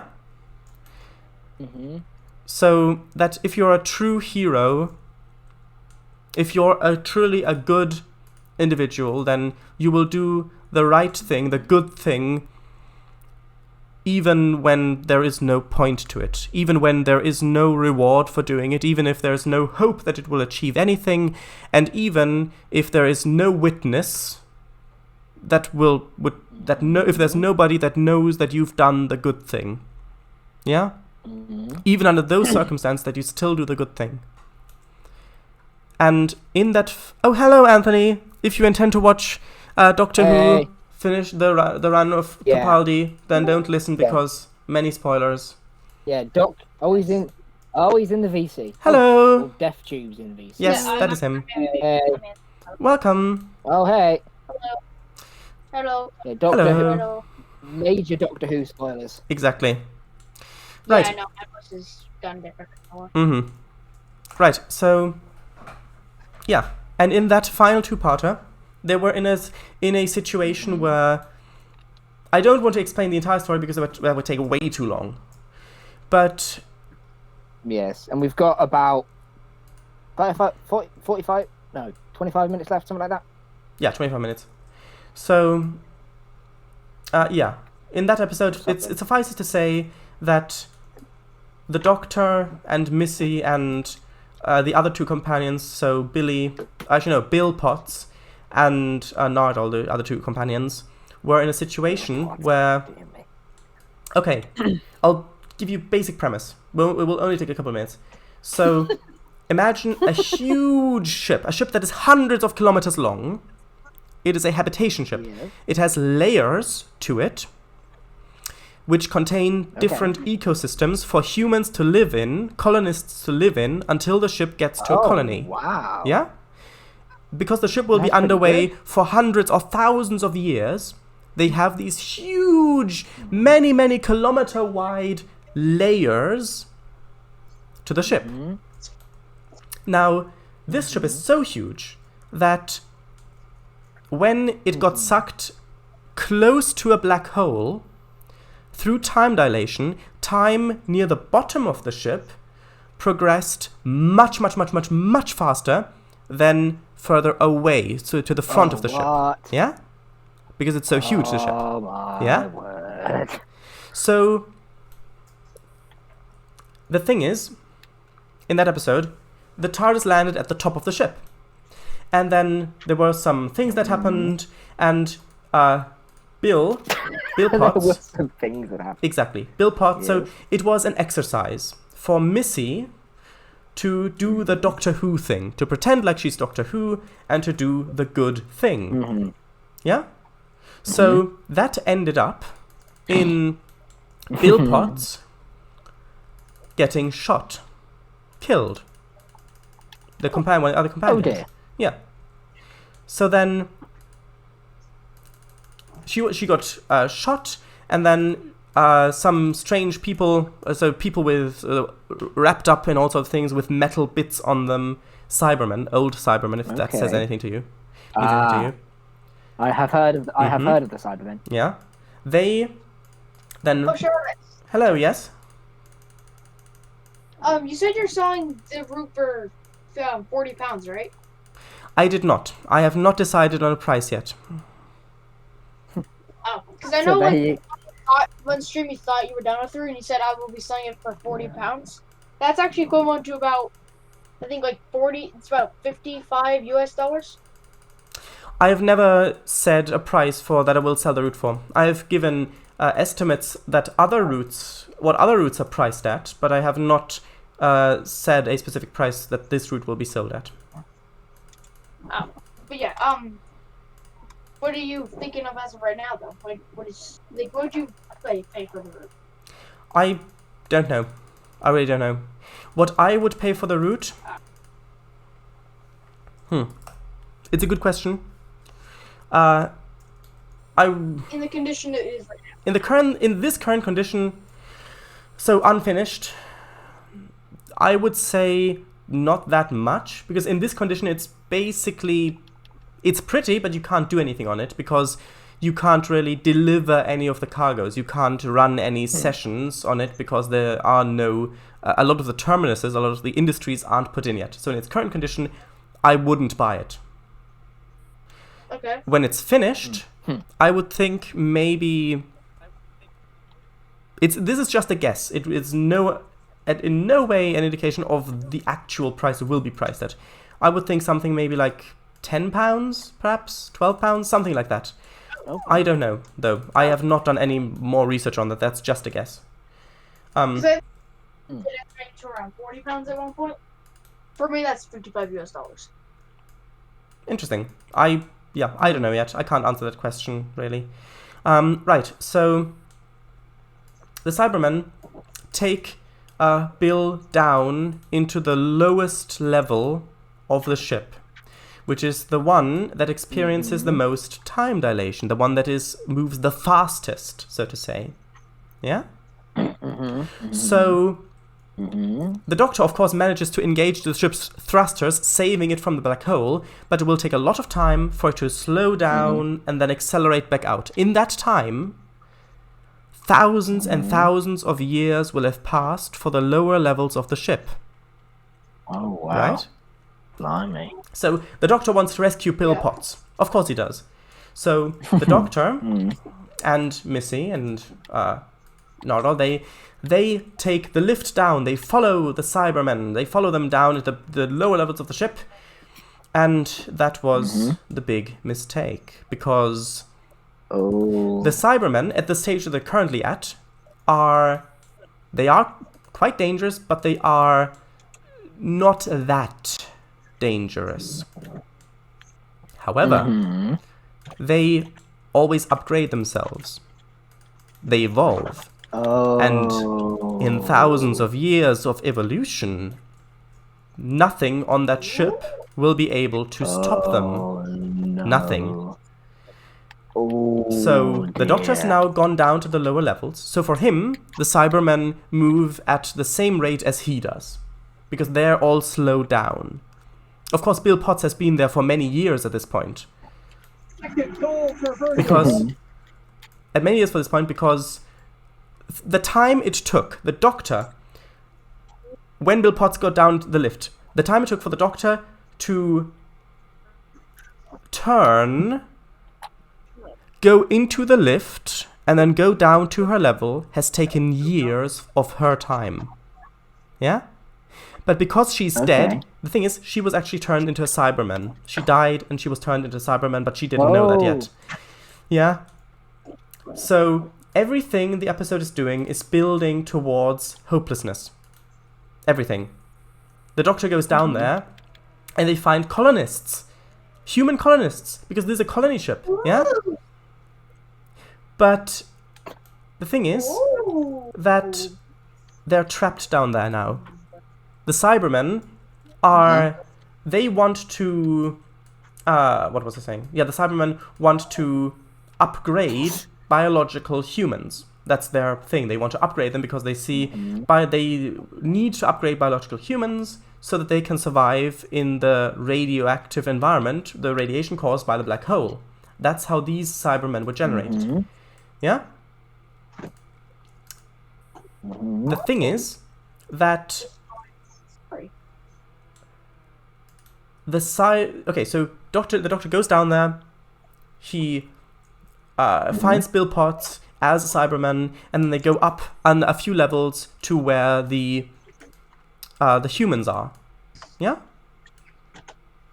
But now they're trapped. They can't do anything. Literally, they can do nothing. It's a hopeless situation. Because for them, time is passing so slowly relative to everything else, because they're so far down, that it will take millennia, many millennia, for the ship to get far enough away from the black hole so that time will run normally for them. So they can't stay down there. If they tried, then over thousands of years, the Cybermen below them would evolve enough to break through the ceiling, to break through the floor, into the levels with the humans in them. Yeah? And in the episode, that is what is starting to happen. Now, they could try to get into the lift, go up to the TARDIS and escape, but they'd never make it. Because the further up they go, the faster time will go by for the Cybermen relative to them. So the Cybermen will have already evolved for thousands of years before they reach the top of the lift. And in that time, they will have evolved so much that they will have no issue taking over the entire ship before they can escape through the TARDIS. They're trapped. It's a hopeless situation. They can't do anything. Okay. Yeah? And that again leads back to that motif, is that the right word? Of without hope, without reward. Yeah, motif. Yeah, without hope, without reward, without witness. A different order of them, but those three things. Or something like that, yeah. No, it is those three things, but just maybe in a different order. Yeah. Yeah, so it is a different order. I think it's without... It doesn't matter. Anyway, yeah, so... Yeah, that's what the episode is about.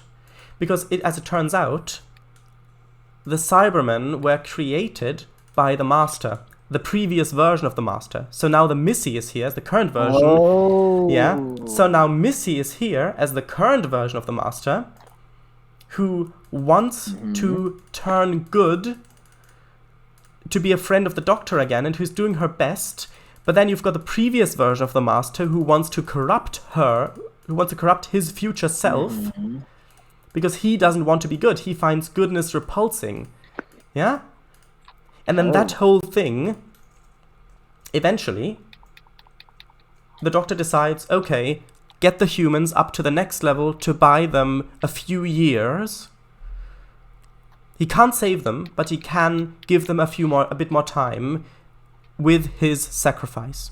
If he sacrifices himself to blow up this level as the Cybermen are coming up, it will set the Cybermen back a few hundred years, I think.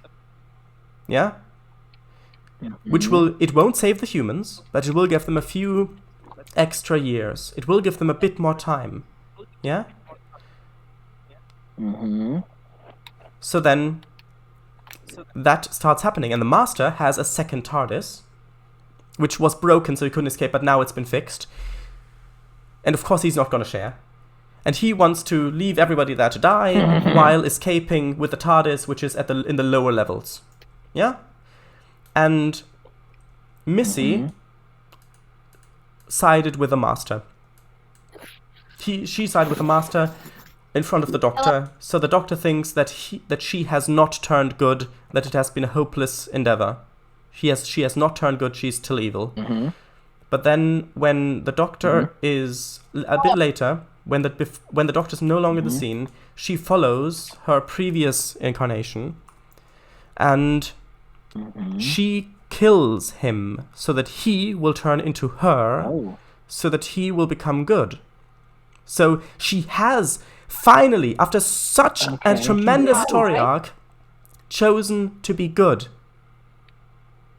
That is such a touching moment. And then the Master, the evil version, doesn't want to be alive if he has to be good. So then he kills Missy. He kills his latest version. He kills Missy. Yeah? So then they've both stabbed each other in the back. The Master, the previous iteration of the Master is dying while he's taking the lift down to his TARDIS, where he'll regenerate into Missy and start that whole chain off. Whilst Missy is left dying in the forest alone. Nobody will ever know that she has turned good. She has no reward. It's that perfect thing feeding back into that thing again. So, yeah, there is no hope because they're trapped. There is no hope for them escaping. By her turning good, she gave up on escaping because the Master now, of course, won't take her along. There is no reward because she has nothing from turning good. Standing with the Doctor still means certain death. She has no reward and no witness. Nobody knows that she decided to be good. The Doctor will never know. Yeah? And that entire, huge, important story arc for the Master that redefined the Master's character in new Doctor Who, so in Chris Chibnall's Doctor Who, when the Master does turn up again, it's never explained how he got off of that ship. It's never explained how he survived, or how his regeneration survived, how it got off. Never explained. But that's okay. The thing is, the Master is evil again. He's an evil madman who is basically just the Master how he's been before. Yeah. He's the entire storyline, everything, that is just forgotten about. It's never mentioned. It is never hinted at, never referenced, never continued. So, yeah, that's another example. It does seem like in the terms of the Master, it does seem like evil for evil's sake. Yeah. And that was never a good thing. Well, in the case of the Master, it does fit. It does fit in the Master, with the Master. But the thing is that it just wastes all of that storytelling that has been done before. It just ignores it, and that is something that me both as a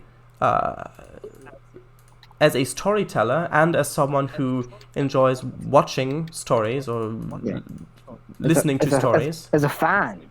Yeah, as a fan of the show, is just something that I find disappointing. I can understand why you find that disappointing, yeah. Also, I'd like to just say one last thing about New Doctor Who, if that's okay. Yeah, go ahead. Okay. Yeah, go ahead. And that is that, like I've said before, Doctor Who, at least New Doctor Who, has always been big on overarching storylines and clues, pieces of the puzzle leading into what the final explanation of the storyline will be. There are, like in the New Doctor Who, as far as I know, every season has such a storyline, whether it's Bad Wolf, or whether it's the crack in the wall, or whether it's the knock 4 times, which then ends up to be the Master's knocking 4 times. Well, not the Master even, knocking 4 times. There's so many. Every season has one of these things where, from the beginning, it's like maybe either every episode or every other episode or something gives you a new piece of the puzzle to figure out the entire picture, which is, I think, a really good way of doing it, because it can make the viewers feel clever when they've figured it out, or when they haven't figured it out, and like, oh, look at how clever the show is, which is great. It's great. Now, in that arc for season 2 of Jodie Whittaker's run, Chris Chibnall's Doctor Who, the overarching storyline was the timeless child. Yeah? The reveal that the Doctor is actually just an alien. Alright, this is a point I never came back to. The Doctor Who, since previously, he has always been he has always been special because of what he does, what he chose to do, the decisions he makes, because of what he does. You remember that message of Doctor Who? It doesn't matter who you are; it matters what you do. What you do, right? Do you remember that? Yeah. Well, by making the Doctor the timeless child, they go completely in the other direction. Because by making the Doctor the timeless child, which is an alien from another universe, they say, oh, well, actually, the Doctor's clever because he's an alien from a different universe who's also immortal and literally was the genesis of the entire Time Lord race. Yeah, he's special because of that, because of who he is, because of who she is. That's why he's special. Not because of what he's learned, not because of what experiences he's made, not because of his decisions. No, because of who he is, of who she is. I keep calling her a him, but she in this case. Yeah, that's the point I never came back to, but now I've come back to it. Anyway, the other thing. Yes, overarching goal, overarching storylines. Overarching storylines. Oh. So, okay. In one of Jodie Whittaker's episodes, which is actually one of the good ones. Yes, there are good ones. In one of the good ones, there is a mysterious woman who seems to act a lot like the Doctor. She's has the same way of speaking. She acts like the Doctor, and then it's revealed that, oh, it is the Doctor, but it's a regeneration of the Doctor we've never seen before. And at this point, we don't know that the Doctor is the timeless child. We don't know any of that. So it's like, and then it's like, well, it must be a future regeneration that came back. Why do we think this? Well, either future regeneration or a parallel universe generation. Why do we think this? Because this new Doctor we've never seen before, her TARDIS looks like a police box. Now, if you probably don't know the significance of that. The thing is, I presume that each TARDIS takes a different form, and the police box is just the most famous one. Almost right. The thing is, the TARDIS, because it's a time machine, a spaceship meant to explore space, explore cultures, explore, yeah? it has what is called a chameleon circuit. It is a device, a part of it, which will automatically make it blend into an environment. Yeah?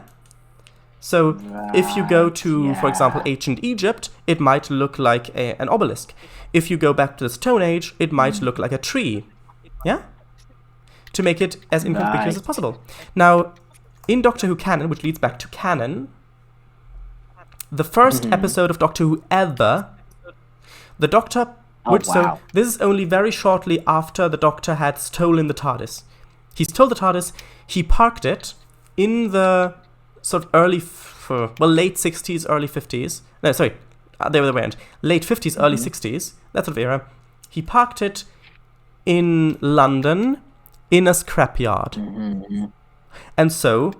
Okay. Yeah, so 1950s, 1960s London, scrapyard, it hid itself as a police box because back then there were a lot of police boxes around.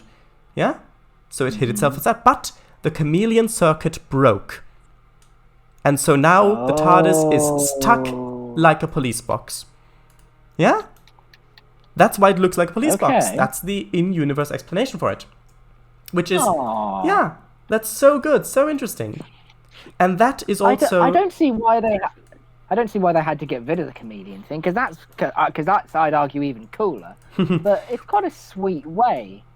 The answer, the original answer, is budget, of course. Either you can make a futuristic spaceship, or you can just use a police box. Also, it's quite iconic. Yeah, that's fair. Also, it's quite iconic. So yeah, that's true. Yeah. Now, back to Chris Chibnall's Doctor Who. The reason why me, along with a lot of other fans, have thought that it was that new Doctor Who we've never seen before must have been a future Doctor Who or from a parallel universe was because that Doctor's TARDIS looked like a police box, which means that it had to have happened after the Doctor took it to the scrapyard where it got stuck looking like a police box. Oh, yeah. If the TARDIS looks like a police box, that means that this event had to have happened. So, right, either a Doctor from the future, one we haven't met yet, or from a parallel universe where the Doctor has regenerated differently. But that thing still happened. And what was the answer? The answer was, of course, it was a Doctor from the past. It was a Doctor. I know. Yeah. Of course. I knew it. It was a Doctor. Like that. Yeah, it was a Doctor who existed before the Doctor's memory was wiped. So before William Hartnell, the first Doctor's son. It's a Doctor who existed before the TARDIS got stuck as a police box, and yet she still has a TARDIS that looks like a police box. They just... Although, what was the situation where that where that past TARDIS was in? It was first seen in. Was that a was that a location where a police box would look inconspicuous? You mean the TARDIS from the Doctor we've never seen before? Yeah. Well, that would make sense. That would be a clever way of doing it, but no. It was buried. It was actually buried underground. Oh, what? So not even so you can't even use the chameleon. No. It was just no. It was just buried underground. Bloody hell. Yeah, exactly. Yeah, it's like doing stuff like that just for the sake of swerving the fans. Yeah, that's not a particularly good story technique. Yeah, and because the thing is, if you teach the audience to look out for clues as to what the overarching story might be over the course of an entire season, and then you throw such blatant gaping plot holes in there, then the viewers will think that it is a clue, and they think, oh, well, the TARDIS, oh, yes, a past Doctor Who might be, but no, it can't be that, because the TARDIS looks like a police box, which means it has to be either from the future, and you imagine these theories, which is a big thing about Doctor Who, is the theories that come from it, and then it's just like, oh, you just didn't care about canon, so yeah. And I mean, okay, I think I'll read chat now. Good. Actually, no, first of all, I'll get, and then end the stream, because it's after we've just hit. Right, so I mean, it's hard to get interesting thumbnails because the fields all look quite similar. I mean, if I get a thumbnail that looks kind of like this, then it kind of looks similar to the thumbnails I've done before. So maybe...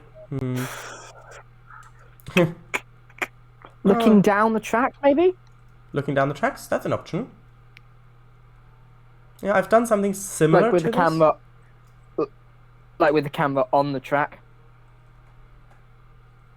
Yeah, I've done something similar to this, but that was in the forest. I do want you to get a good view on it, though. Kango suggested put bushes on the embankment for the thumbnail.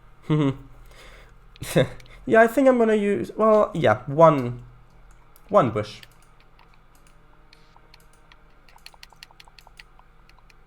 Not like that. A single bush. That would make a great thumbnail, this.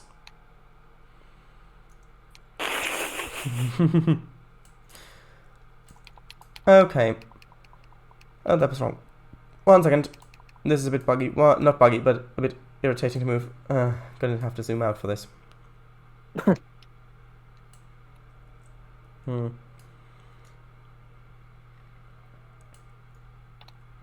Yeah, by the way, when we last talked about Doctor Who before, I had not seen this episode yet. So when I talked about Doctor Who and how they don't really care about continuity and they don't care about all that sort of stuff and it's boring and they've got the political message, the obvious, essentially propaganda in it, I had not seen this episode yet. This just confirmed it. Yeah, this just confirmed it. Right, so there we go. Oh, that one may have been a mistake. No, it was good. It was good. So, there we go. That is going to be the thumbnail. Now I'll read chat. Hey. No, that wasn't a time slip. No, that wasn't that. No, it wasn't that. To some degree, yeah, but to that degree, no. Absolutely unacceptable and insulting to the entire Doctor Who franchise and fandom. Yes, I agree. Chalice, yeah, it wasn't the best episode by far, but I think the Doctor and the other actors still did their best with what they had to do. Yes, and that's a thing. That's another thing that I find so frustrating about it, is that the actors really do give their best. They are good actors, and they fill their characters perfectly, but they just get such garbage from the scripts. Yeah, they're good. They're good actors, but they're given absolutely horrendous also, stuff. Here's the thing. Yeah. So, one tiny little thing. In previous Doctor Who, character development was a big thing. Like, in one case, Martha, one of the companions, she started out as being a nurse, wanting to become a medical doctor, and she was very nervous and insecure, unsure. She traveled with the Doctor for a couple of seasons, and then she ended up saving the entire world on her own without special powers or something like that, just because she was determined and she was good and she didn't give up, because she had a character arc developing into that where she ended up saving the entire Earth. So character development is a big part of Doctor Who. So in Chris Chibnall's Doctor Who, so Jodie Whittaker's run, the companions, like I said before, really are not utilized. The only thing they're used for is exposition, slapstick, and basically to be bumbling fools. Right? However, the people writing the scripts, or the people who told the people writing the scripts what to write, seemed to, in the last episodes, in the last two episodes, the finale, seemed to remember, oh right, character development, yeah, right, the companions are actually characters. So then one of the characters, Ryan, he has so there are very few character traits given to them. One of his only character traits was he likes playing basketball. Yeah, he likes playing basketball. Oh, wow. This was shown. Oh, that's Yeah. so lame. However, that's not even that's not even the bad thing. By the way, just to clear this up, we're not saying that basketball is lame. We're saying that it's lame that this is one of the only character-defining traits of this character. Yeah. So, I did wonder if that was gonna happen. Yeah. So they've shown this in a couple of previous episodes that he likes playing basketball. So they wanted to give him some kind of payoff for his character traits in that episode. So there's a scene where they're in this valley, by the sea, this little valley, and there are Cybermen coming down, they're coming towards them, and he has a bomb that he needs to throw to the Cybermen to blow them up. Throws the bomb, and because he's just that good at basketball, he manages to throw the bomb hundreds of meters to the exact spot where the Cybermen are at the other side of the valley. It doesn't look like it because they've zoomed in very far, but yeah. Okay, now that's cool. I will admit, that is quite... Yes, but the thing is, they don't show it like that. They don't show it like, wow, that was almost a superhuman feat of strength. No, they just show it like, oh, he's thrown the ball and it landed where it was supposed to land. The thing about it being so far away is only just a visual bug, so to say, because it was so zoomed in, so to get the shot, they had to put it further away. That's the entire thing behind it. And then even that success, he's like, yeah, I did it. And then more Cybermen show up, start shooting at him, and chase him away. So his big payoff thing moment has basically been rendered consequenceless, if that's even a word. Consequenceless. Is that 2 words probably? Consequenceless. Yeah. Anyway, it doesn't matter. Right. Without consequences. Without consequences. Also, the Master's plan in that whole two-parter... Sorry, one more thing. The Master's plan in that whole two-parter, he's destroyed Gallifrey once again. Yeah, I know. Gallifrey's been destroyed again. He did that. Why? Because he found out that he's been lied to. He's found out that the Timeless Child is the Doctor, and that there was a Timeless Child. That's why he destroyed all of Gallifrey. And that makes sense, because they're only Time Lords. There are no other Gallifreyans. Oh, and so he did that. But then he tries to kill the Doctor in many previous episodes. He tries to kill the Doctor, actually kill the Doctor. But then in the end, we find out that his master plan was to tell the Doctor the truth, that she is the Timeless Child, and then to kill her. Even though, all this time, where they've been saying, essentially, oh, there's this thing, there's this plan, he's actually been doing the exact opposite that would give him his goal. If he kills the Doctor before he tells her what the plan is, he can't achieve his goal of vengeance, telling the Doctor that she is the reason that Gallifrey is destroyed because she's the Timeless Child. So you can see, even the central plotline of it just doesn't make sense. And I think I've ranted for long enough about this now. So let me finish reading chat. Right. Yeah. How did I get into this? Because of the actors thing. Yeah, the actors are good. Jodie Whittaker especially. She plays the Doctor in such a unique way, such a good way. I really hope that she gets given a fair chance to play that part properly. Is this in the chat? No, I'm just saying this because he said, Cavango said about that the actors did their best with what they had. Surprised? Yeah. You did sound surprised. Right, I'm hypothetically covering my eyes, ears, and nose. Oh, don't forget your tongue. You might taste the spoilers. Talk away. Not really. No, really, talk. Oh, you are talking. No, talk away. No, really, talk. Oh, you are talking. Oh, you are? Oh. Didn't realize then. Had my ears covered. Ah, right, I see. That makes sense. It was all planned out. What is that link to the YouTube video? What is that? What is that? What is that? That is to... I got no idea. Honest Trailers, Doctor Who. Never seen that. Actually, I don't think I have. Missy, yeah. I've heard of that. Missy, yeah. And as Screen Junkies put it, Scary Poppins. That's basically what she is. Yeah, she has that Scary Poppins, Mary Poppins vibe to her. You're back there. Oh, crumbs. What? I didn't realise you were that far back. I know. This is gonna be fun. But yeah, Scary Poppins is a good way of describing her. Oh, come on, Automod. Thanks. It was a piece of junkie. You had problems? Yeah, for some reason. Spoiler alert! Oh, it scrolled. It scrolled. Hopefully it hasn't been... Oh no, it's there, it's fine. Spoiler alert. Might be junkie. So yeah, it recognized junk in that. Just the word junk.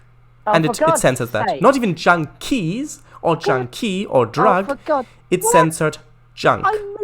I moved the letters around for the love of it's a slang for rubbish, for goodness. Exactly. FFS. Frames 4 seconds, maybe? I don't know what that could possibly stand for. Oh, right. Bollocks to ya. I checked the damn thing.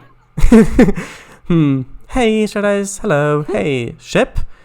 Looks like a paddle steamer. Oh, right. That one. The spaceship. Yeah. Yeah, was a bit of a hopeless episode. That's true. Yes. But it was such a good end to Capaldi's run as well. Anyway.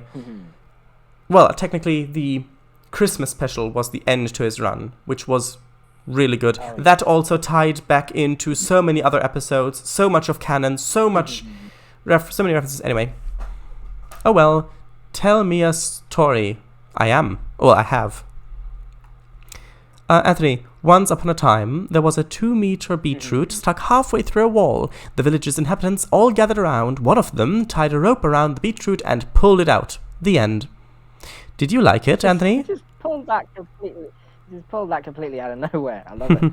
Yeah, I liked it as well. It was very nice.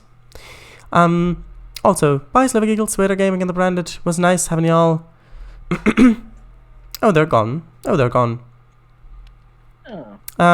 Bye yes. then. Well, they might be gone. I don't know.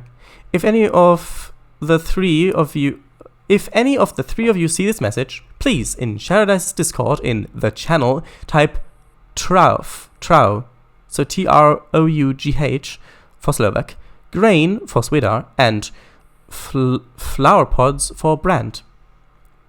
Anthony's ours too. Thank you. Muted you, Anthony, as the echo was a bit distracting. Sorry. Chris Chibnall? No, not Chibnall. Chibnall. Chris Chibnall. Yeah, it's fine. You muted yourself for most of it. Yeah, it's like they were like, oh, we need a villain for these stories. Oh, I know, we'll get the Master in again. Yeah, because the stories were bland, so they thought, oh, we'll bring a fan favorite back.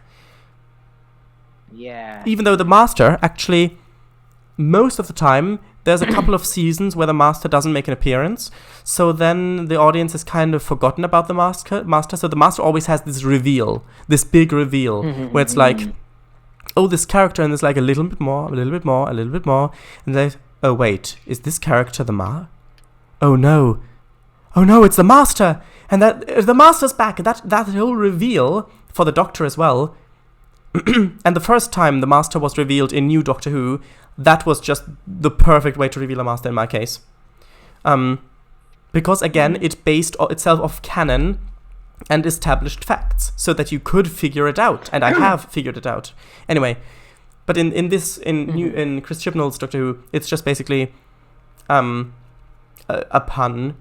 So it's like you don't expect the Master to be there, not because it's a clever way of hiding him, but because you don't expect the show to misuse the Master to this extent. But then, so it's literally here's a funny thing. That episode in which the Master makes his first appearance is called Spyfall. Oh, like it. Yeah, 2-part episode. See that, directors, that is continuity. That is leaving clues. That is linking up what you've heard before. Yeah. So, in that episode, it's like it's a whole spy thing, James Bondy, like the Doctor and all the commands dress up at James Bond with James Bondy music in the background. It's all very boring. But then it's like this character who is at first like a helpful hero who's kind of like, oh, he's the guy who might help us figure things out. Oh, but we're not sure if he's a good guy or not. And then it's like, I thought, oh, well, of course he's the bad guy. Of course he is the bad guy. And then it's like, oh, he knows a lot about the Doctor. He knows a lot about the Doctor. And he knows things that not a lot of people know about the Doctor. And it's like, oh, interesting. I thought, well, could this be the Master? No, it's not the Master, because the Master's only been in literally the last season. Well, actually, no. Literally that one season gap. We've had the Master. It's like, no, it's probably not the Master. It's probably somebody else who's done a lot of research about the Doctor, which does happen, that people have in canon find out that the Doctor is there throughout all of history, and they piece things together. That's a very interesting story, which occasionally gets taken up. Anyway, and then it's the actual reveal where it's like it's the Master. It's like they've been talking about a head spy or a spy leader or things like that, and then he says, it's in an airplane scene just about before he's about to try to kill the Doctor. He says, "Oh, you're really dumb. Really, you haven't figured it out yet.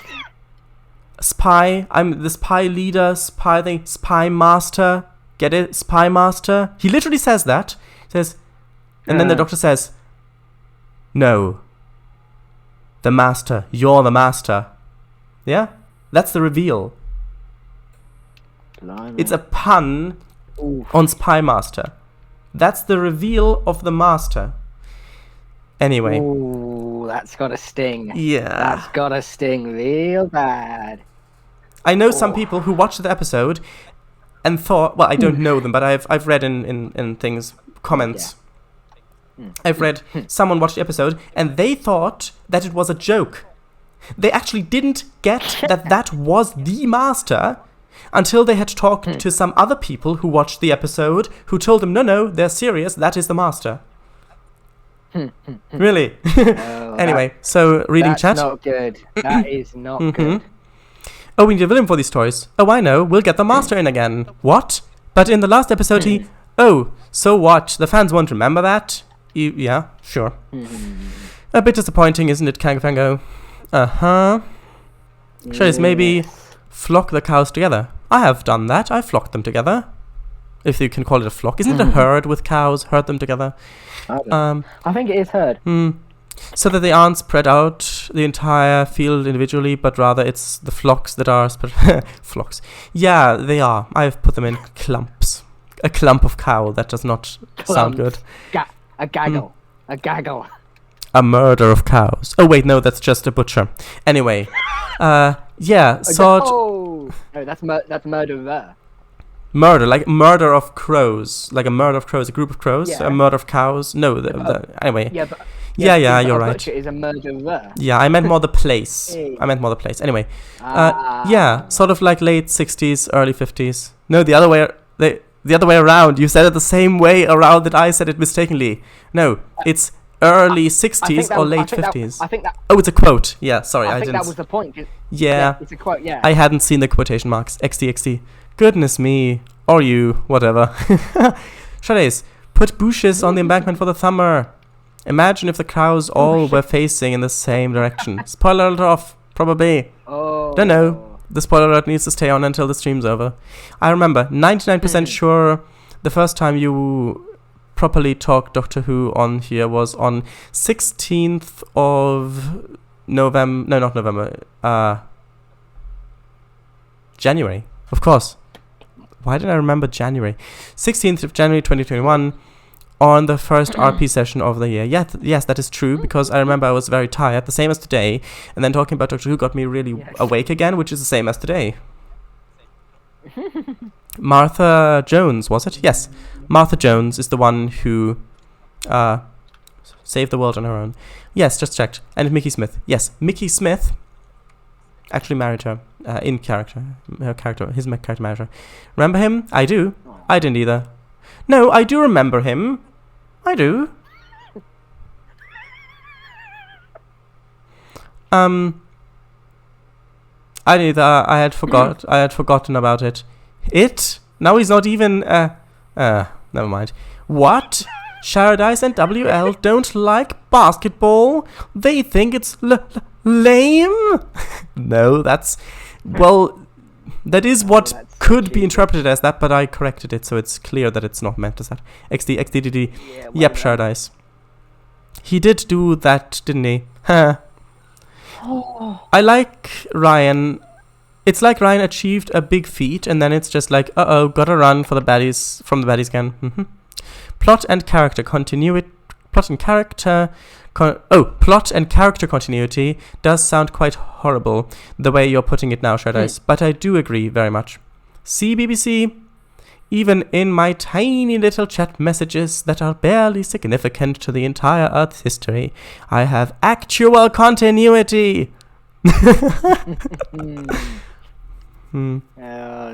Sharadice, well, not wall. Oh, sorry. The giant... In your story, yes, the giant beetroot was stuck in a well, not stuck in a wall. I thought it's just like a wall where the beetroot was sticking halfway out and they just pulled it out of the wall. No, the beetroot was stuck in a well. Yes. Well. Round 2. Capaldi's Christmas special. I have not talked about Capaldi's Christmas special. I've talked about the 2-parter before the Christmas special. And yes, he has had multiple, I mean the last one. If you want me to talk about Capaldi's last Christmas special, I will, because it's a really good episode. Silence. Crickets. Yeah, well, it's not me. It's not me who has to give the answer to that. It's kind of what? It's the time. We've gone a lot over time. There's no time. But next time... half next time, which is on Tuesday... Perhaps. It depends on if you're sick of me talking about Doctor Who yet. If not, then I'll gladly talk about it. If so, then we'll talk about something different. I like complaining and watching people complain. It's something I can kind of relate to as well. Even though I don't watch a lot of TV shows. I like it when people gush. When people gush about something they are really passionate about. I really enjoy that particular social interaction. That is nice. Anyway. XD. Oh, Chibnall. Haven't heard of him. Not consciously. All this James Bond stuff. The Doctor and the crew dress up in all their James Bond clothing. Yeah, it's all very boring. Anyway. I'll be back. I'll be back in a bit. Oh, come on. I was reading chat. You can't just leave me alone here with chat. I mean, who's going to take care of chat while you're gone? Me? I'm supposed to take care of chat? Me? Really? Okay, so, what have you had for breakfast? Gravel? You've had gravel for breakfast? You've had gravel for breakfast, really? Oh, that would explain why you all went to the dentist today. Oh, that makes so much sense now. Hello. I've just been talking about random stuff. Right, so the thing is, it's boring because the episode is just spy stuff, sort of generic sort of kind of 60s era Cold War spy stuff. Yeah, a bit like Get Smart in a way. And then they turn up to this casino for one specific part of the story, and suddenly it's, oh, this is James Bond now. Look at this, we're James Bond. And then the story continues a bit, and then it shifts back out of it again. It just really doesn't fit. It really doesn't fit. But yeah, you say XDD to that, but yeah, I did say it in a pretty funny way, I think. Yeah, with those master reveals, it's not like, wait, what? It's the Master? It's more like, huh? The Master? Really? Again? Heard. Yeah, I heard that it was pronounced. Although, one clever thing that I really liked about that Master, one thing which actually, surprisingly, is continuity, Even a little, it is a little, just a little tiny insignificant bit of continuity, but it is continuity, and that is, last time we saw the Master, he had his own TARDIS. Yeah? Okay. A working TARDIS, so a TARDIS with a chameleon circuit that's working. So, yes. when we first meet the Master in this, in Chris Chibnall's Doctor Who, so Jodie Whittaker's era, we meet him in the Australian outback, and he's got like a little house that he lives in and he works in. And that's all good. Aww. And then later on, when we know it's the Master and he's traveling through the time vortex, we see the house flying through the time vortex like the TARDIS usually does, because the house is the TARDIS. Aww. Yeah, we know he has a working TARDIS, so then it makes sense. He wanted to hide his TARDIS, the chameleon circuit, so he turned it into a house. It looks like a house, but it still flies through the time vortex because it is a TARDIS. That made me so happy when I saw that, because that is actual continuity, and it's a clever thing that you have to pay attention to notice. But yeah, I really like that, because I do want to give the show credit where I think it deserves it. Yeah. Anyway, yeah, heard. But what's the difference, really? Ew, clump of clowns. No. A clump of clowns. And then he corrects himself. Cows. It was intentional, XD. Spoiler alert on him, XD. Yeah. Next time, Paradise. Next stream. Tuesday. Or in my stream. Tomorrow, in chat. Oh, you want me to start the Doctor Who conversation in chat in your stream tomorrow? Challenge accepted. Anyway, Tuesday. Hey, it'll give you a chance to show off your extensive knowledge of Doctor Who, which you totally have.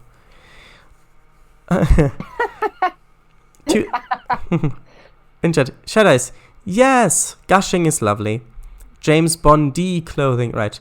Wah! Take care of me. Wah! Oh, loud. What? Because while you were gone, so as you went away, I said, no, don't leave me alone with chat. Who's going to take care of chat when you're gone? And then he said that. Aww. And I said, me? Okay, one said, well, what do you have for breakfast today? And I said, gravel? You had gravel for breakfast today? All of you? Oh, well, then that would explain why you went to the dentist this morning. I heard that. I only heard that. It probably didn't make any sense to you when you heard that. No, it didn't. But I don't expect it to anymore. Right, oh loud. Spoilers. The Australian house was the TARDIS. Was his TARDIS. Yeah, it was brilliant. That bit was brilliant. There are some gems in the new Doctor Who. In the Chris Chibnall's new Doctor Who. Yeah. Shadows. Yay.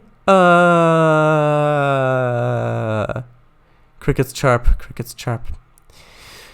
Right, so with that, having We're run done. 28 minutes We're over done. time, and having talked extensively about Doctor Who, Doctor Who. not the new Doctor. Oh, yeah, the new Doctor Who, not the new Doctor Who. Yes, You know, you could make a reference to new. I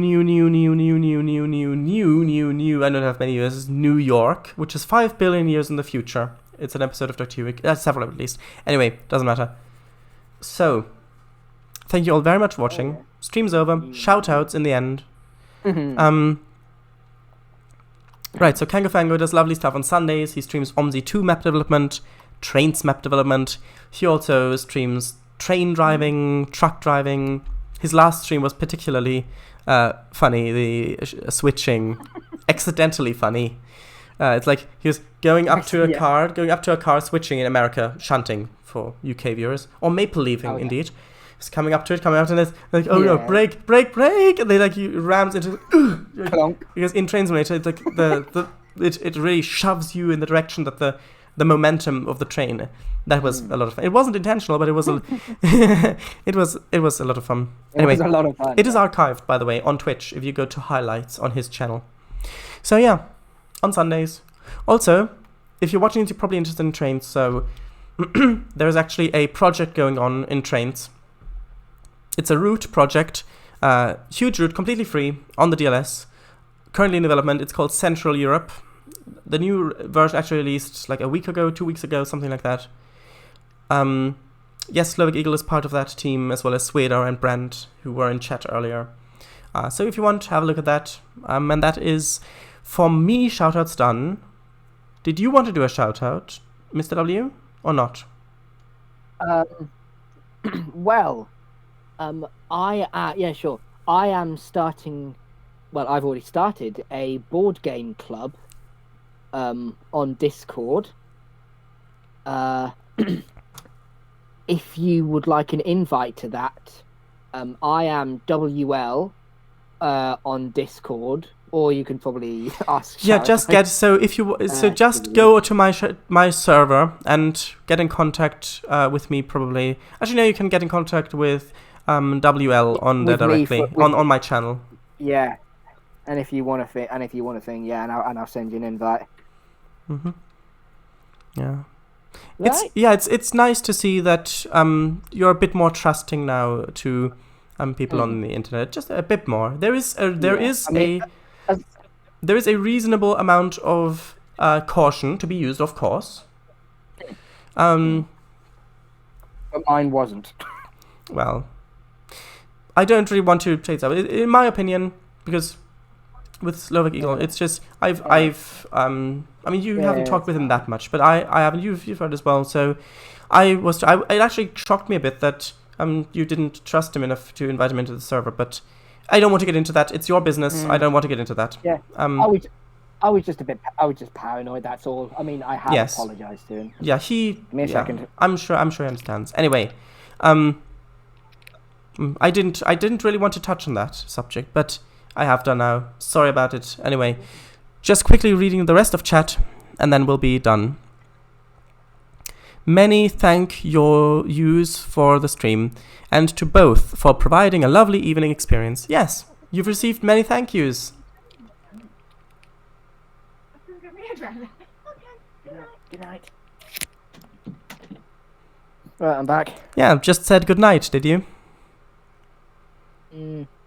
Anyway, Milton Valley Railroad's looking great too. Yeah, I was. Donner Pass. Cabsway and TS is great. Every time the train hit the wagons, cars in the US, it was like, exactly. It was like, oh, please don't derail, please don't derail. It didn't, though. Spoiler, I guess. But the spoiler alarm was on anyways, so.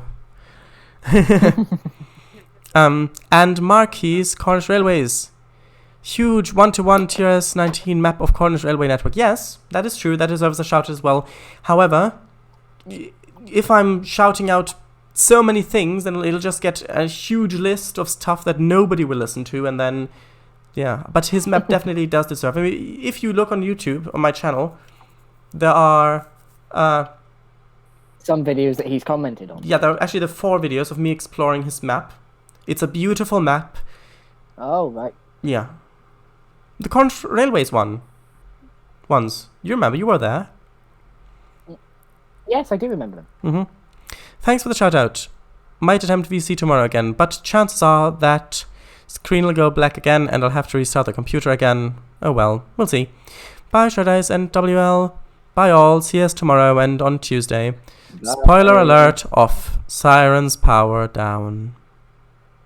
What a nice thing to end the stream on. The alarms go off. Yeah.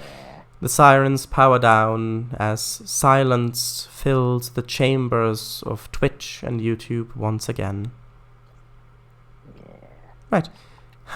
3 gains in a row. 3 gains in a row. Bye.